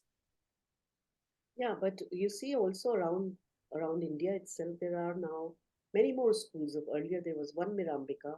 Now there are quite a few schools, small, but they are trying in their own ways, to bring in something, whether it's through sustainability element, whether it is through art, whether it's through various things. There are efforts going on. So there is an awakening. There is an awakening to this need. I have a question, comment really. Yeah, please go ahead. Oh, so basically, the thing is, I completely agree that, there has to be an awakening to things which are beautiful and lofty and so on, so that you actually become more civilized in a way, so refined. But um, who defines that? You know, like for example, when Andy Warhol came on the scene, he's like one of the most famous pop artists of the last century, he was actually, it was thought that his work was rubbish. And now he's considered one of the most sort of significant creators of pop art. So, what do we consider as aesthetic, as beautiful? Doesn't that change all the time? There isn't any one standard that, okay, take these three things, okay, you've got beautiful. You take these three things, you've got refined. You take these three things. So, it's left very much to the domain of whoever is looking at it, right? So, what I might consider as, oh, I'm giving my child a lot of refinement and beauty, I might actually be doing a big disservice. So, because I don't know what this Too much. the or refinement is, right? So that's really my question, because she's talking about it, it's as if it is a thing that we all know. We all know what refinement is. We all know what aesthetic beauty is. We may have very different views of beauty. And so then what is actually beauty? How do you actually, inculcate all the appreciation of all that? So I will say two, three things. Have you heard of Jean Houston? No. She was, well, she was, when you and I were much younger, she was a fad at that time, and she was kind of a guru at that time. The holistic words and all that started, whole person learning and all that started at that time. So she shared about her own growing up, and she said when she was a young baby, her parents used to take her to all kinds of museums and let her, touch and be surrounded with sounds and just visuals. So, not a particular artist or a particular this thing, but just expose her to whatever obviously they considered beautiful or nature, uh, like being with the river or being in the hills or being all that. The test of it, I suppose, it will always vary. Rather than fixing this artist is good, this artist is bad, I think what the clue mother is giving here is beautiful, harmonious, simple, healthy, and pure. Whatever makes me feel in harmony and creates a certain level of balance and peace in me is beauty for me. It may not be for you, but for me, if that is what is the effect it has on me, that is the only parameter. How does it make, what does it do to my senses? So if I become more and more self aware and I learn to notice, okay, which means I will have to expose the child to all kinds of music to be able to discriminate that, okay, this music does this to me, this music that this does to me, and then allow the child to choose, like the food experiment we spoke about long back. So it doesn't mean that I will explore only two, but yes, of course, most of the time I will try. If I'm the parent, I will try to create beauty and harmony according to what I believe in my house, so that the colors, the way the everything is arranged as per my. But yes, when child grows up, might like something totally different to my tastes. But that is not important. What is important is, has the child developed the discrimination, the discernment to see what these things do to me, and then to consciously choose. And there are phases when the child might say, this excites me, but I want excitement, because teenagers go through that. But they're two different things, right? One is discrimination and one is aesthetics. So are you saying that there's the Both same go thing? together. Both go together. This Because discernment is she's talking about the cultivation nonetheless. of discrimination and of the aesthetic sense, which sounds like two different things. Like your aesthetic sense But is then what? she goes on to say the capacity to choose and adopt what is beautiful and harmonious, simple, healthy, and pure. So this is the capacity, whatever name you call it, this is the capacity to be developed to choose and adopt what is beautiful, harmonious, simple, healthy, and pure. And then she says, as the capacity of this understanding grows in the child, what is healthy for me? What is simple? What is beautiful for me? He should be taught in the course of his education to add artistic taste. So I suppose this is where aesthetic sense comes. First is the discrimination, artistic taste and refinement to power and precision. He should be shown, led to appreciate, taught to love beautiful, lofty, healthy, and noble things, whether in nature or in human creation. So, exposing the child to nature is very important. and also whatever is considered beautiful, harmonious, whatever you consider beautiful, harmonious, uh, in human creation also. It could be a beautiful car. I mean, if the child is attracted towards car rather than just, oh wow, car, and like, oh, this is a BMW and this is a Lamborghini. Instead of that, to discuss about the lines, the sleekness, the color, one can even there develop the aesthetic sense through that. What does it mean, refinement to power and precision? Precision, I understand. What do you mean, refinement to power? No, power and precision she spoke about earlier, na?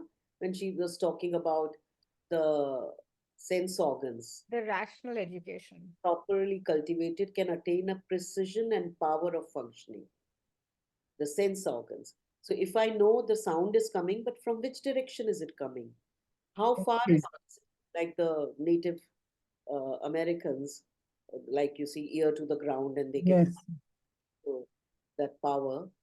So she's saying to that now, when you start developing as the child grows older, then you start adding the aesthetic sense, and which is refinement. You bring in refinement in the senses. So the senses are exposed to something that is lofty and noble. And this is what will protect the child from degrading influences. It doesn't mean the child might still get attracted to drugs, might still go through, but there is that inner core. The child still has to go on their own journey because freedom has to be there. So it might happen, but somewhere or the other, after a few years, if that inner core has been developed strongly, the child will come, well, no longer a child, obviously. The youth or the adult will come back to it. And then she explains why all this, and then she brings in that then character. She links the character to this development of the senses and the aesthetic sense.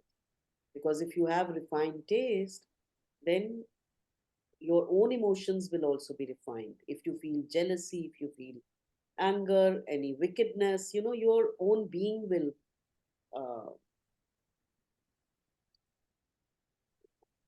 I experienced this. There was a phase when, if I used to feel these emotions, I would fall ill.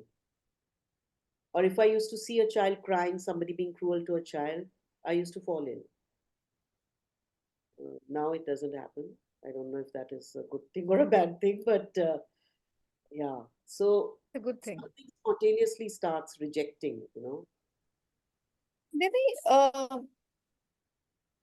from different aspects of education, I was just thinking that is this one that is most important in terms of the whole, at least the group, uh, you know, coming along together in this, in the sense that I find that even if a particular parent really, helps the children eat healthy and appreciate fresh food, vegetables, they're so tempted and buy again these artificial drinks and coke and unhealthy food.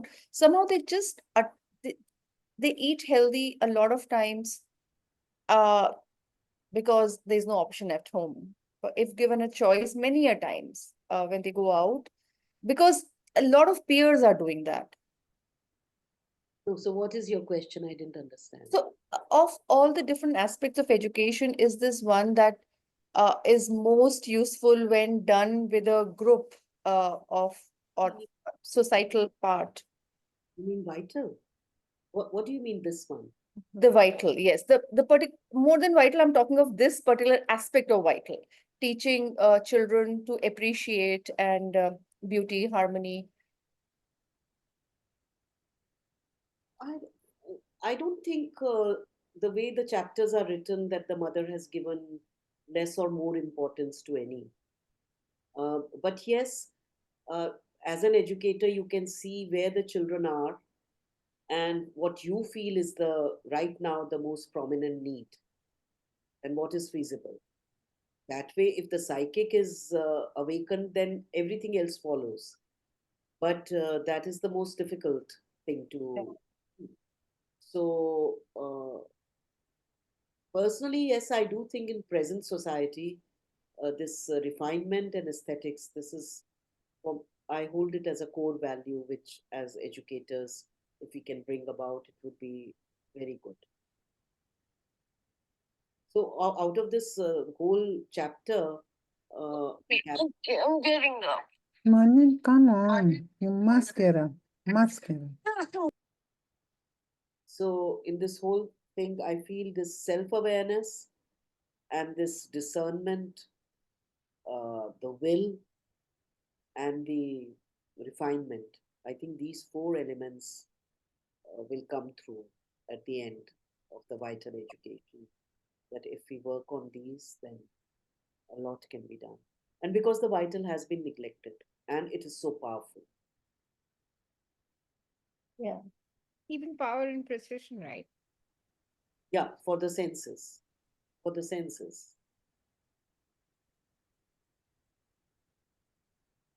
So that's what she's saying, that if it is sincere, refinement, if it is sincere, brings to the being a nobility and generosity which will spontaneously find expression in the behavior and will protect them from many base and perverse movements. We will stop here today because now she's going to the character and there are quite a few paragraphs and we'll take them up the next time. Ila cannot be there. I hope other people can be there. Then we will hold the session.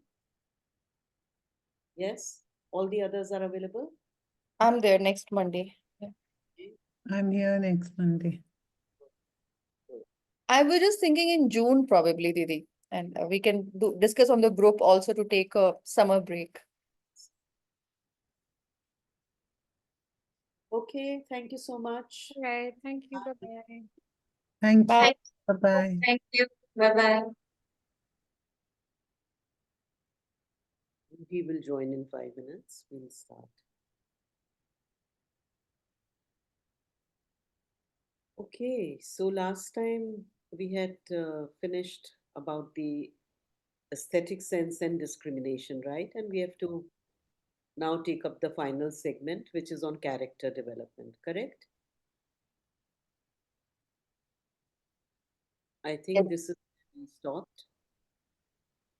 And this brings us quite naturally to the second aspect of vital education, which concerns the character and its transformation. So let's start from here.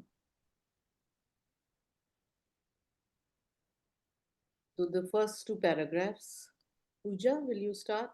Will you read the first two paragraphs, please?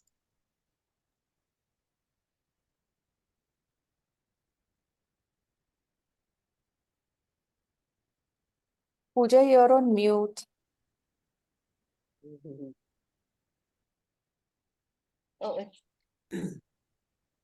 Generally, all disciplines dealing with the vital being, its purification, and its control proceed by coercion, suppression, abstinence, and asceticism. This procedure is certainly easier and quicker, although less deeply enduring and effective than a rigorous and detailed education. Besides, it eliminates all possibilities of the intervention, help, and collaboration of the vital. And yet, this help is of the utmost importance if one wants the individual's growth and action to be complete. Want me to read further?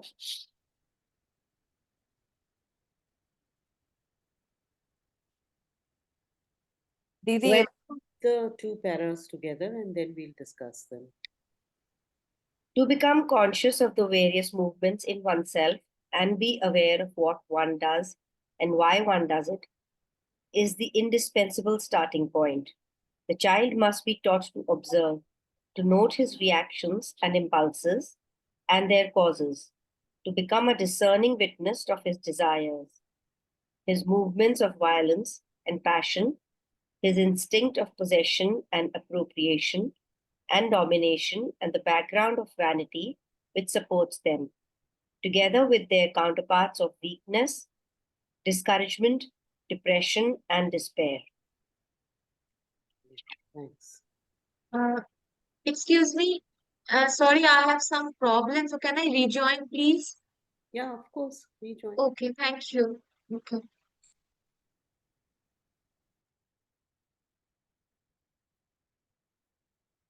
Let's just wait for her because she's very keen.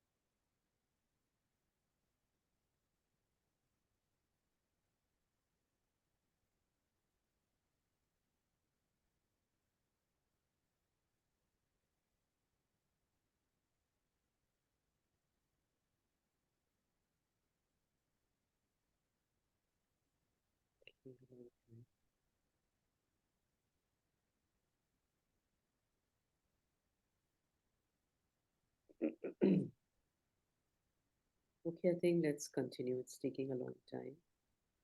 So, is this clear or anything to discuss, ask? When I was listening, it was interesting that the methods of suppression and abstinence and are easier and quicker.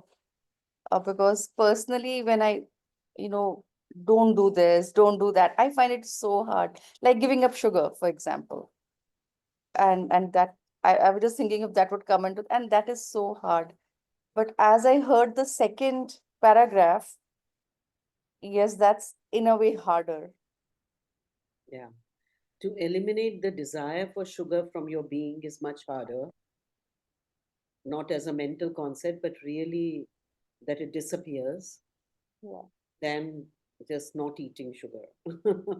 Then Yeah. let the desire be, but just be strict with yourself.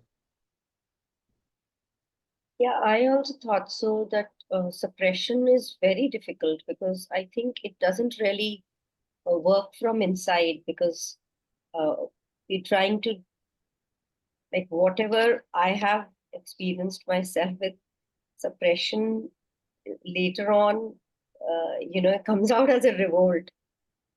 Yeah, it comes out, but it is easier to do. That's Yeah, what, but only for a short time. yeah, that's what she says. It's certainly easier and quicker, but less deeply enduring and effective. Yeah. And also the second thing she's pointing out, not only the process, what is easier, what is more lasting, etc., but she says also it eliminates all possibility of the intervention, help, and collaboration of the vital. As we studied, the vital is the powerhouse. It holds all energy. That is what gives impetus for action. Once the vital latches onto something, nothing is impossible for it.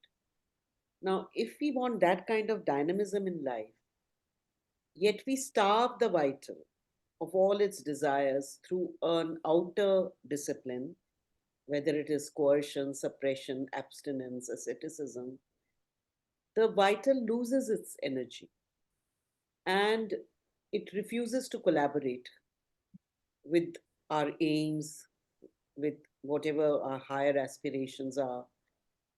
And when it does not collaborate, then anyway you cannot achieve even your higher aims, and your growth and action is incomplete. But again, let me say, qualify it with, because this is in the context of integral yoga. The suppression and all can work for people who want to only focus on the spirit and merging into the divine and leaving the rest of the nature, the mind, the body, etc., as it is, and just quitting this life letting the body drop off, becoming one, or they're happy with those moments of oneness and keep going and coming back. And when they come back, the consciousness is as ordinary as it was, with all the weaknesses, all the whatever. So if that is the aim, liberation, then suppression and all can serve one's purpose. But if the aim is transformation, holistic development, offering each and every part to the divine, divinizing, letting the divine grace uh, perfect each and every part, refine it, then suppression and coercion, all this does not work.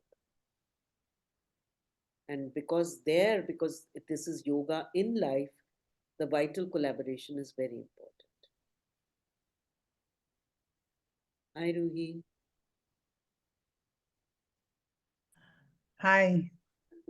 So we have just started. We've read these two paragraphs, and we are discussing the first para about how suppression, coercion, control, which is what most religious disciplines do. Not most, I would say all. All religious disciplines, moral education is about coercion, suppression, abstinence, asceticism. So that's where the mother says that it is easier and quicker compared to change of the nature, but it doesn't last. And it eliminates all possibility of the help and collaboration of the vital, which is needed in life. And then she goes on to this, what we read,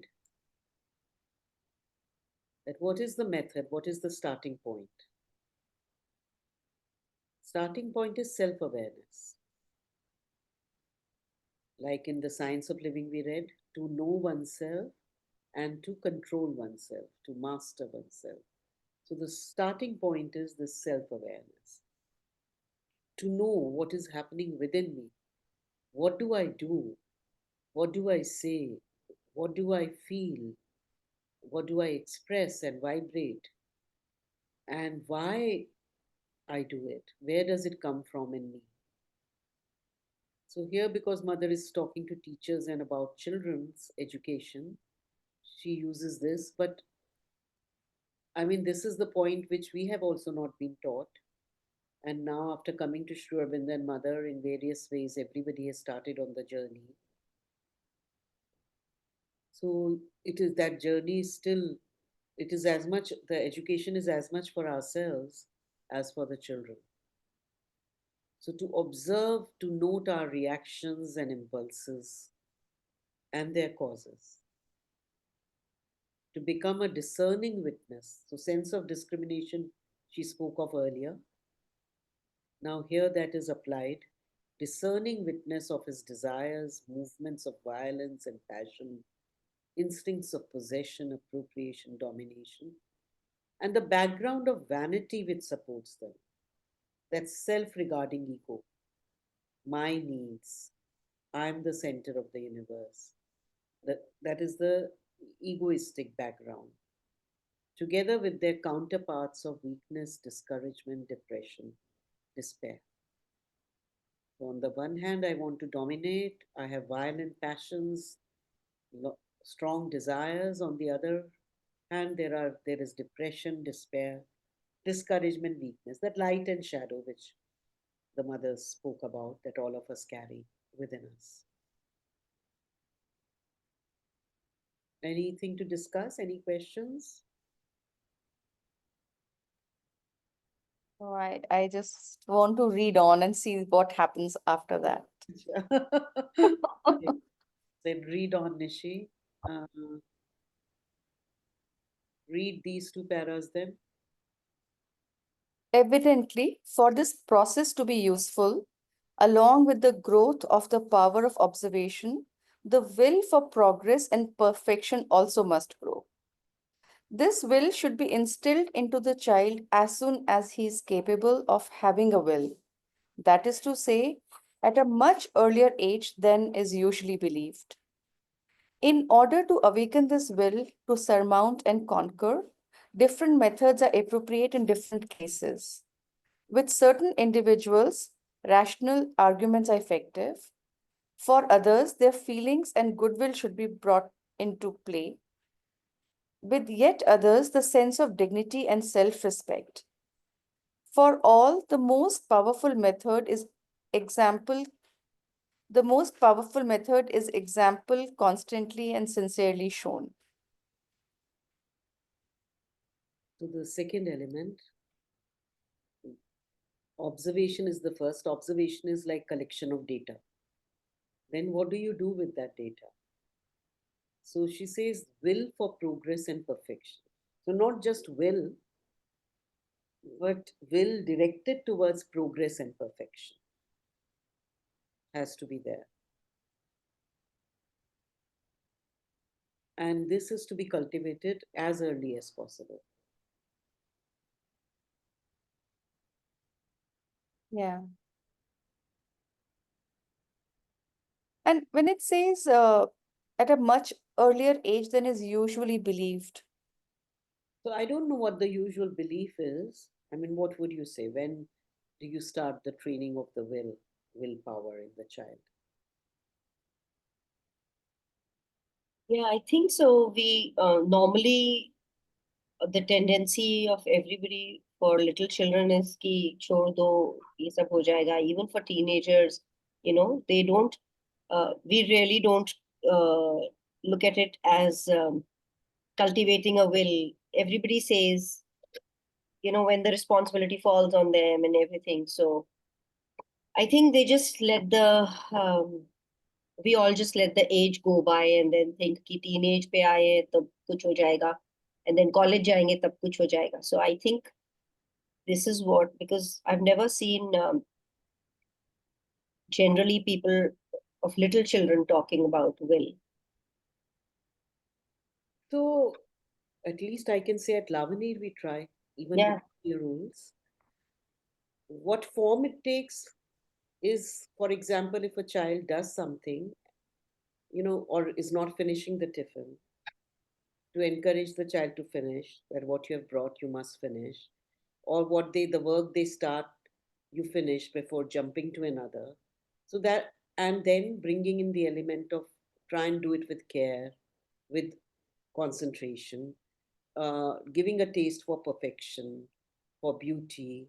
So in these ways, it is not in the, like with the grown up, you will say, "Ki, you decided to do this, so you must do it."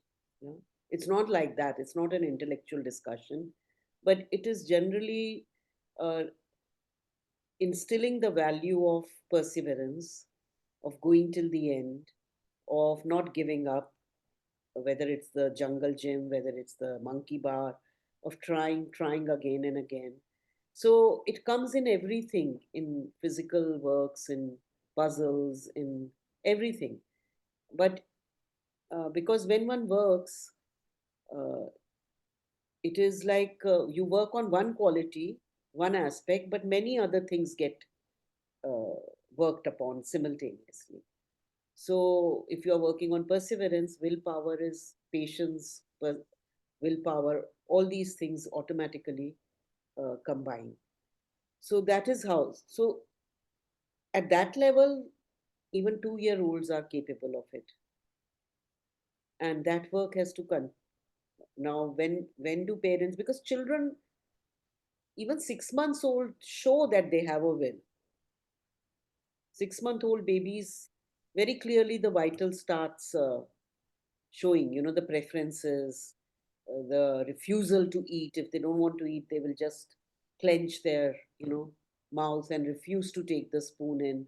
So they have that will that you can see that once they decide, they stick to it.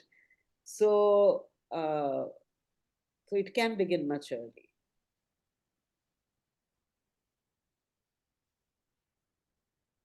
And then she says the different methods that you have to again go with the temperament of the child. For some people, rational reasoning and that kind of thing is effective. For others, appealing to their feeling and goodwill, sense of dignity, self respect. And then she says, most powerful method is example constantly and sincerely shown. The example of the adults around, the grown-ups around, the teacher, the parents. कौन है? Even with the same child, at different times, different things would be used, like rationality and with their feelings and other things.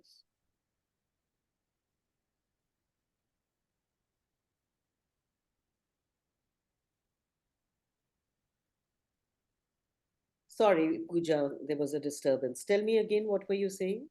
I was saying that even with the same child, at different times, depending upon the situation, different methods could be. Yeah, that's right. Hello, Prerna. Hi. Yeah. Okay, so Ruhi, you want to take up this paragraph? Yes, sure. Mm. Once the resolution has been firmly established, one has only to proceed rigorously and persistently and never to accept and defeat any defeat as final. To avoid all weakening and backsliding, there is one important point you must know and never forget. The will can be cultivated and developed just as the muscles can by methodical and progressive exercise. You must not shrink from demanding the maximum effort of your will, even for a thing that seems of no importance, for it is through effort that its capacity grows, gradually acquiring the power to apply itself even to the most difficult things. What you must have decided to do, you must do, whatever the cost, even if you have to renew your effort over and over again any number of times in order to do it. Your will be strengthened by the effort, and you will have only to choose with discernment the goal to which you will apply it. Right, thank you. So how to develop the will? That is what she's pointing towards.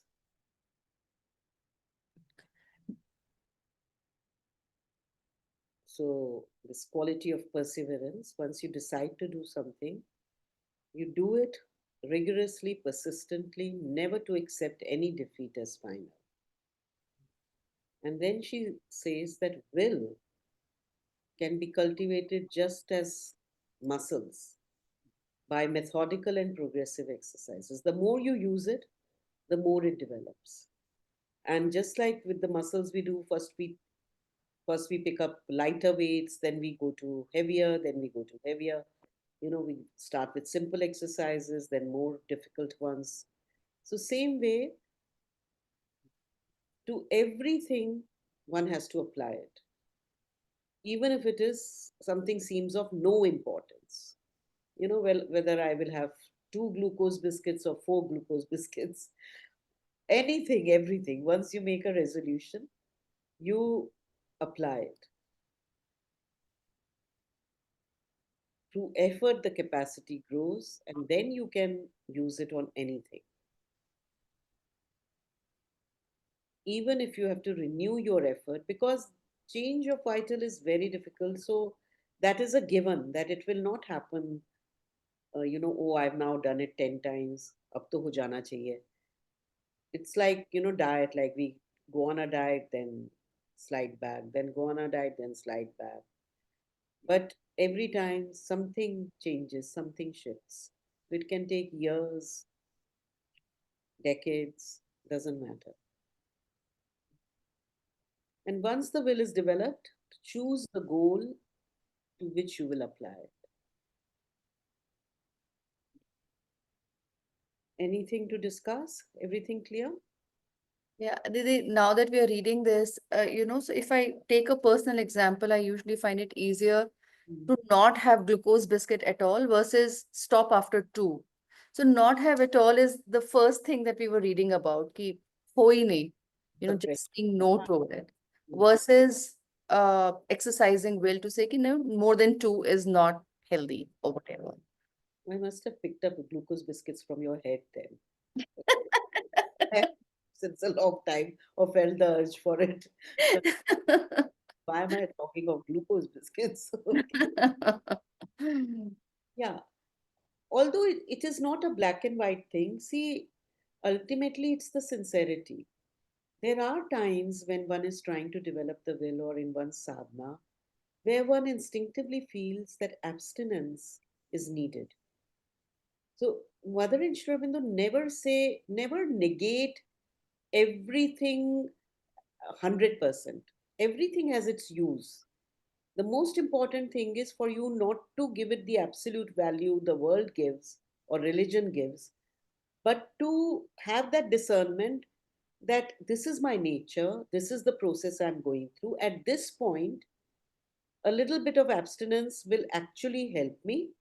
And at this point, now I need to see whether that desire has gone or not, because my ultimate aim is to conquer the desire, not the habit.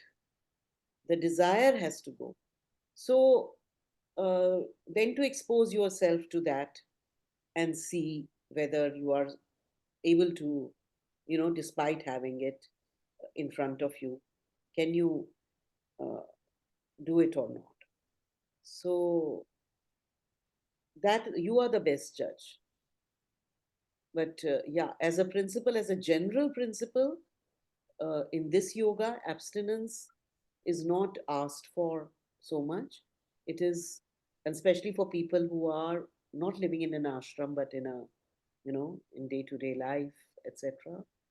So it is very challenging.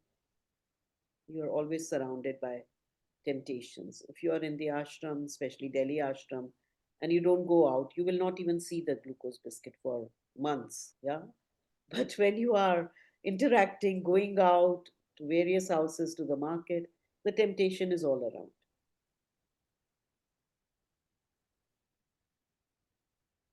Sagarika, would you like to read the last two paras? I have one question. Like in the last sentence, they say, if you have strengthened the effort, you will have to choose the goal. But for me, like for physical will, as compared to my vital will, if I have to uh, control my eating thing is difficult for me, but to control my anger might be easier for me. So here we are talking for every particular thing, we are creating different will. Now, will is not once created and can be applied to all. It is the same will.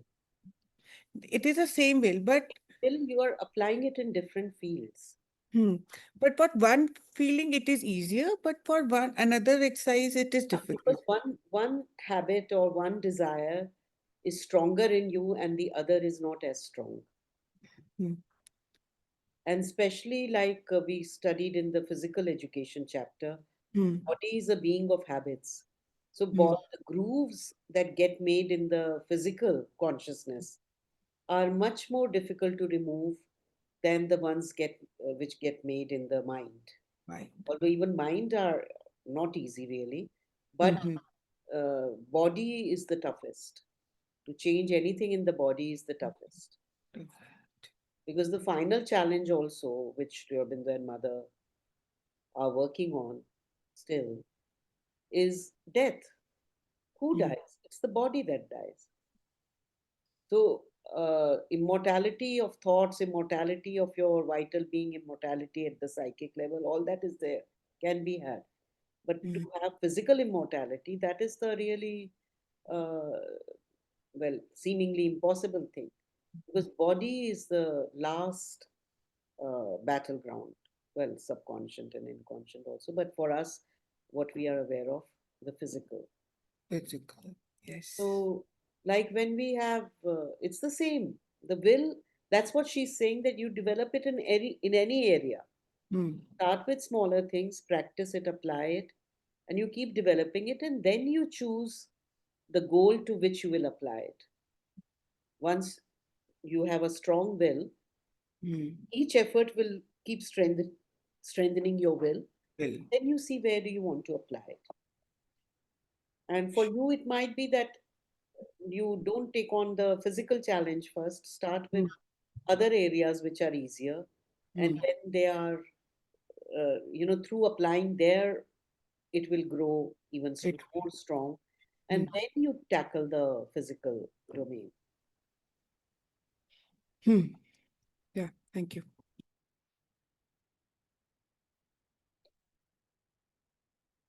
Sagarika, Yes,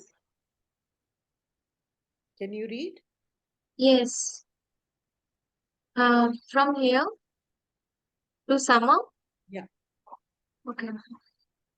To sum up, to sum up, one must gain a full knowledge of one's character and then acquire control over one's movements in order to achieve perfect mastery and the transformation of all the elements that have to be transformed. Now, all will depend upon the ideal which the effort for mastery and transformation seeks to achieve. The value of the effort and its result will depend upon the value of the ideal. This is the subject we shall deal with next in connection with mental education.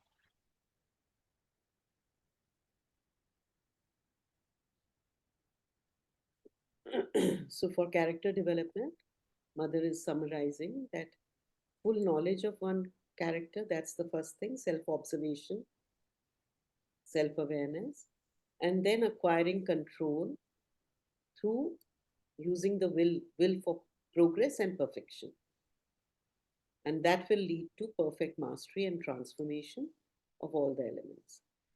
Now she comes back to the ideal which the effort for. So mastery and transformation, but for what purpose? So we go back to what we read in The Science of Living. Aimless life is a miserable life. On the quality of your aim will depend the quality of your life. Your aim should be generous, disinterested. Only then your life will have a meaning, etc., etc. So first she says have an aim. Any aim doesn't matter. Then she goes on gradually to how the aim impacts the quality of your life, and the higher the ideal, the greater impact your life will have on yourself and others. So she comes back to that the ideal which the effort of mastery and transformation seeks to achieve. So what are we moving towards? Is it just like many people develop the body, go to gym, develop perfect abs and everything? For what purpose? It is just to serve the vanity or some egoistic aims, etc., or just the body. It is not for any higher purpose. It doesn't mean their effort will not have some gain, not only in this life but in later, because that also requires tremendous willpower to be able to do that, and perseverance and all kinds of qualities. But there is no larger aim generally. So the value of the effort and its result will depend upon the value of the ideal. So if you already have a high ideal and you say, I want to develop my vital because it is coming in the way of me uh, developing an intimacy with the divine, and it distracts me, it is a roadblock, and that's why I want to develop, then even the help of the divine grace will be there, and you will move faster, and you will have something. It is like a it is like you are looking at something which is more interesting than the day-to-day desires. So gradually the aspiration, the vital will also connect to the aspiration, because vital by itself is not aspiring. It is only looking at its desires. And then she says, we will take this up in the mental. And then further, she takes it up in the psychic. So she's going step by step. Clear? Yeah. So she's covered quite a lot from the sense development of the senses aesthetic sense, sense of discrimination, and then she comes to this. It is interesting that she is not talked about like moral education does or value education does. What qualities to develop, what values to develop, who's a good sadhak, who's a good human being. She's not talked about all that. She's only talked about the process, which is self observation and will for progress and perfection. And for each individual, it can be different what they want to develop based on their nature. So there is no fixed formula that these, like a lot of people may have the tendency, I think a lot have actually in Aurobindonian circles also. Mother's 12 qualities, vital education, तो वो 12 qualities develop करनी है. Recently, we were developing the last week we spent, Lavanir team and myself, developing the vital education curriculum for Lavanir. And I thought about it. I said, ki, are we to develop those 12 qualities or what? And it didn't make sense. Peace, progress, gratitude, with these little children, it just didn't make sense. And we did it in a different way, but I'm quite happy with the result. Uh, so we focused on sensorial development, we focused on aesthetic sense of discernment, self-awareness, will for progress and perfection, these kind of things, these basic elements, rather than qualities. Qualities we added based on what the teachers have experienced with the children in their work, and we put down 6 qualities or so, which might change next year because this team felt that in their groups this is what is important to develop. So we put down those 6 qualities. But the other elements that we have put for sensorial development and aesthetics and all that, they will remain. They can remain as constant features. But there is one part of the curriculum which is dynamic, which can keep changing based on the children and the need. So, Mother has not spoken of any qualities here in this chapter, specific qualities.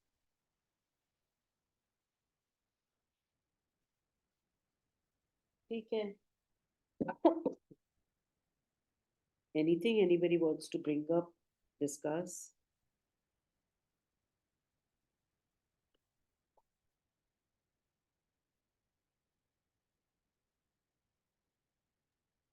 Just one page, but it's like lifetime of effort.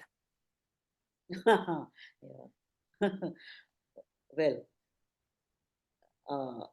they can be just one word and lifetime of effort, like remember and offer.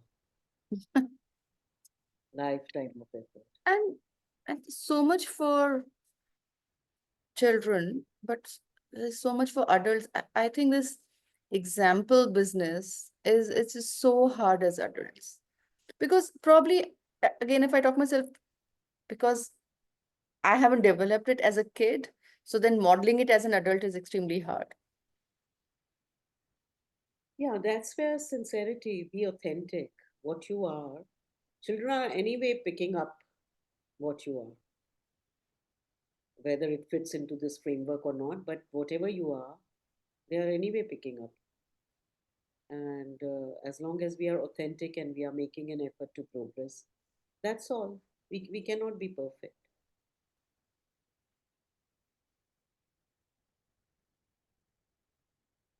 I'm just so bothered since the last couple of days, and I was thinking about our readings as well. And last last Monday we were talking about aesthetics and about what is beautiful.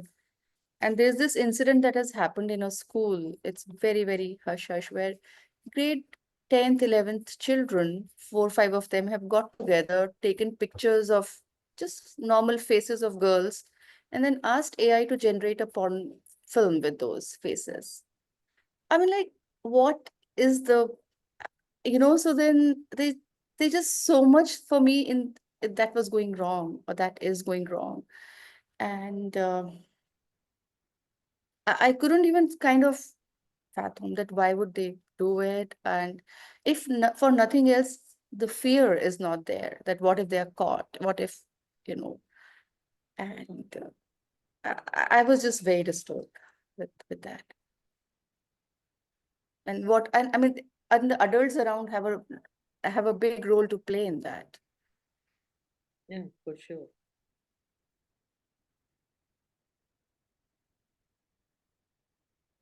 Hmm. That's why it's so important. Now, in the larger picture, we are very few, not even a tiny drop, but that doesn't mean that we give up. We have to do our work and have the faith that somewhere the ripples will happen and the yeah, I don't know how the world works.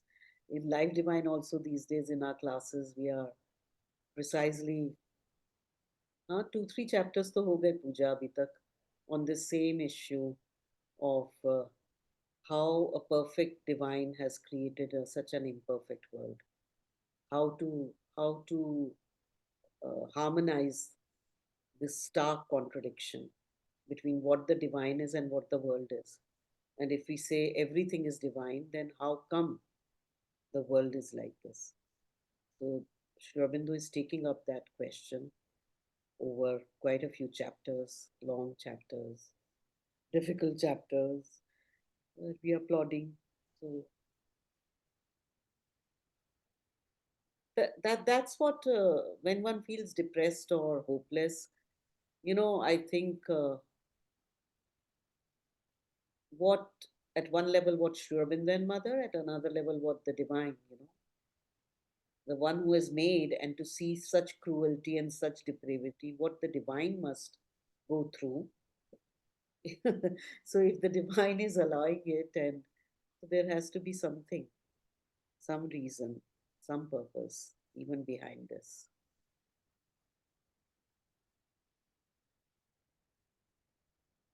Anyway, that's the most challenging question, I think, the most challenging existential question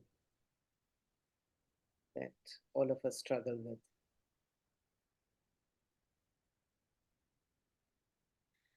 So we have 15 minutes. Instead of starting, there are conversations of the mother on vital education chapter, which is what we will take up next.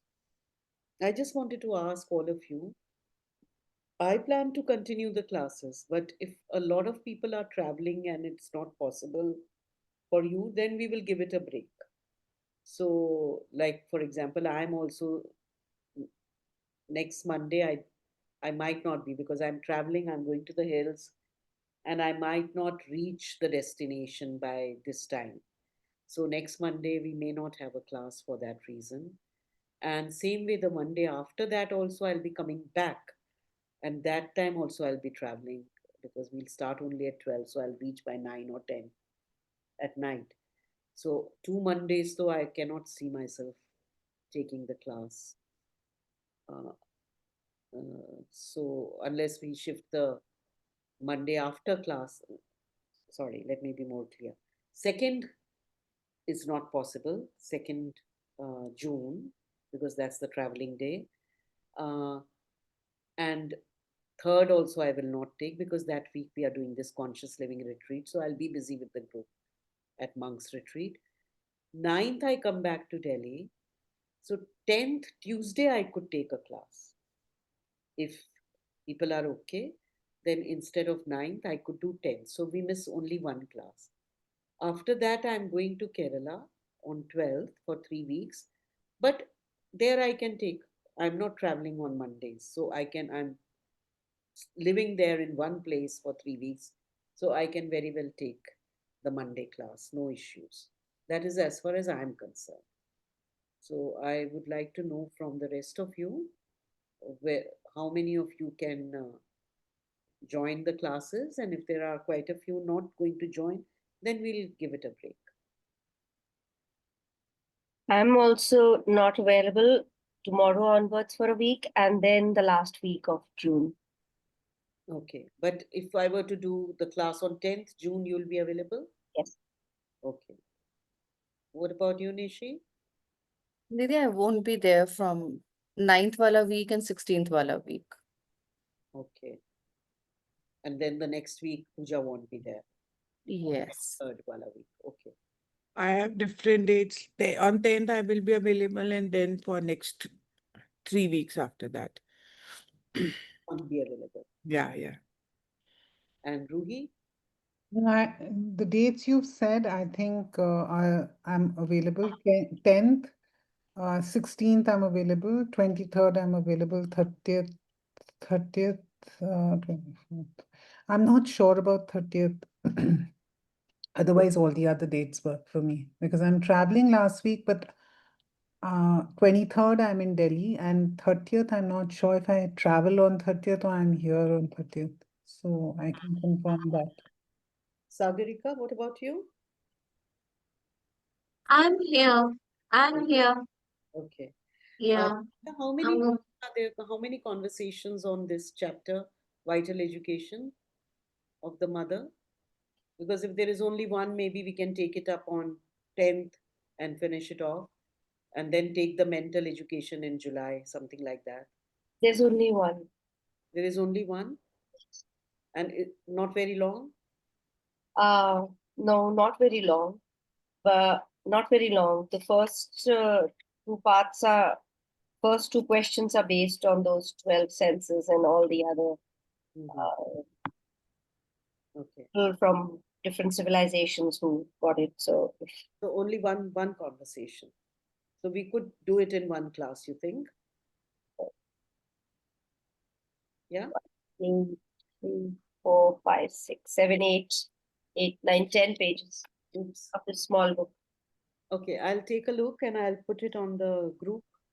So either we will have 10th and then 16th, only Nishi and Prerna will not be available. All the others will be available, right? 16th. Yeah, I won't be. There. Sagarika is also there. Ila, we don't know. So let me put it on the group and then we'll take a decision. Okay. Because Harpreet is also not there today. Ila is not there. So let's put it in the group. Kirti is not there. So we'll put it in the group and then see. Okay. So let's I'll end. be here on 30th also. So I'm here the whole of June, all the dates you've said. Yeah, I just checked. Okay. So I think instead of continuing, let's stop here, just in case we are not, we are giving a break. So I don't want to give a break in between. We finished the vital education chapter. We have not started the commentaries. So either we will finish the commentaries and then give a break or give a break now, which I'll announce on the group. Okay. Okay, then we end early today. Let's end with. Okay, thank you. Thank you. Bye, everyone. Have a nice journey.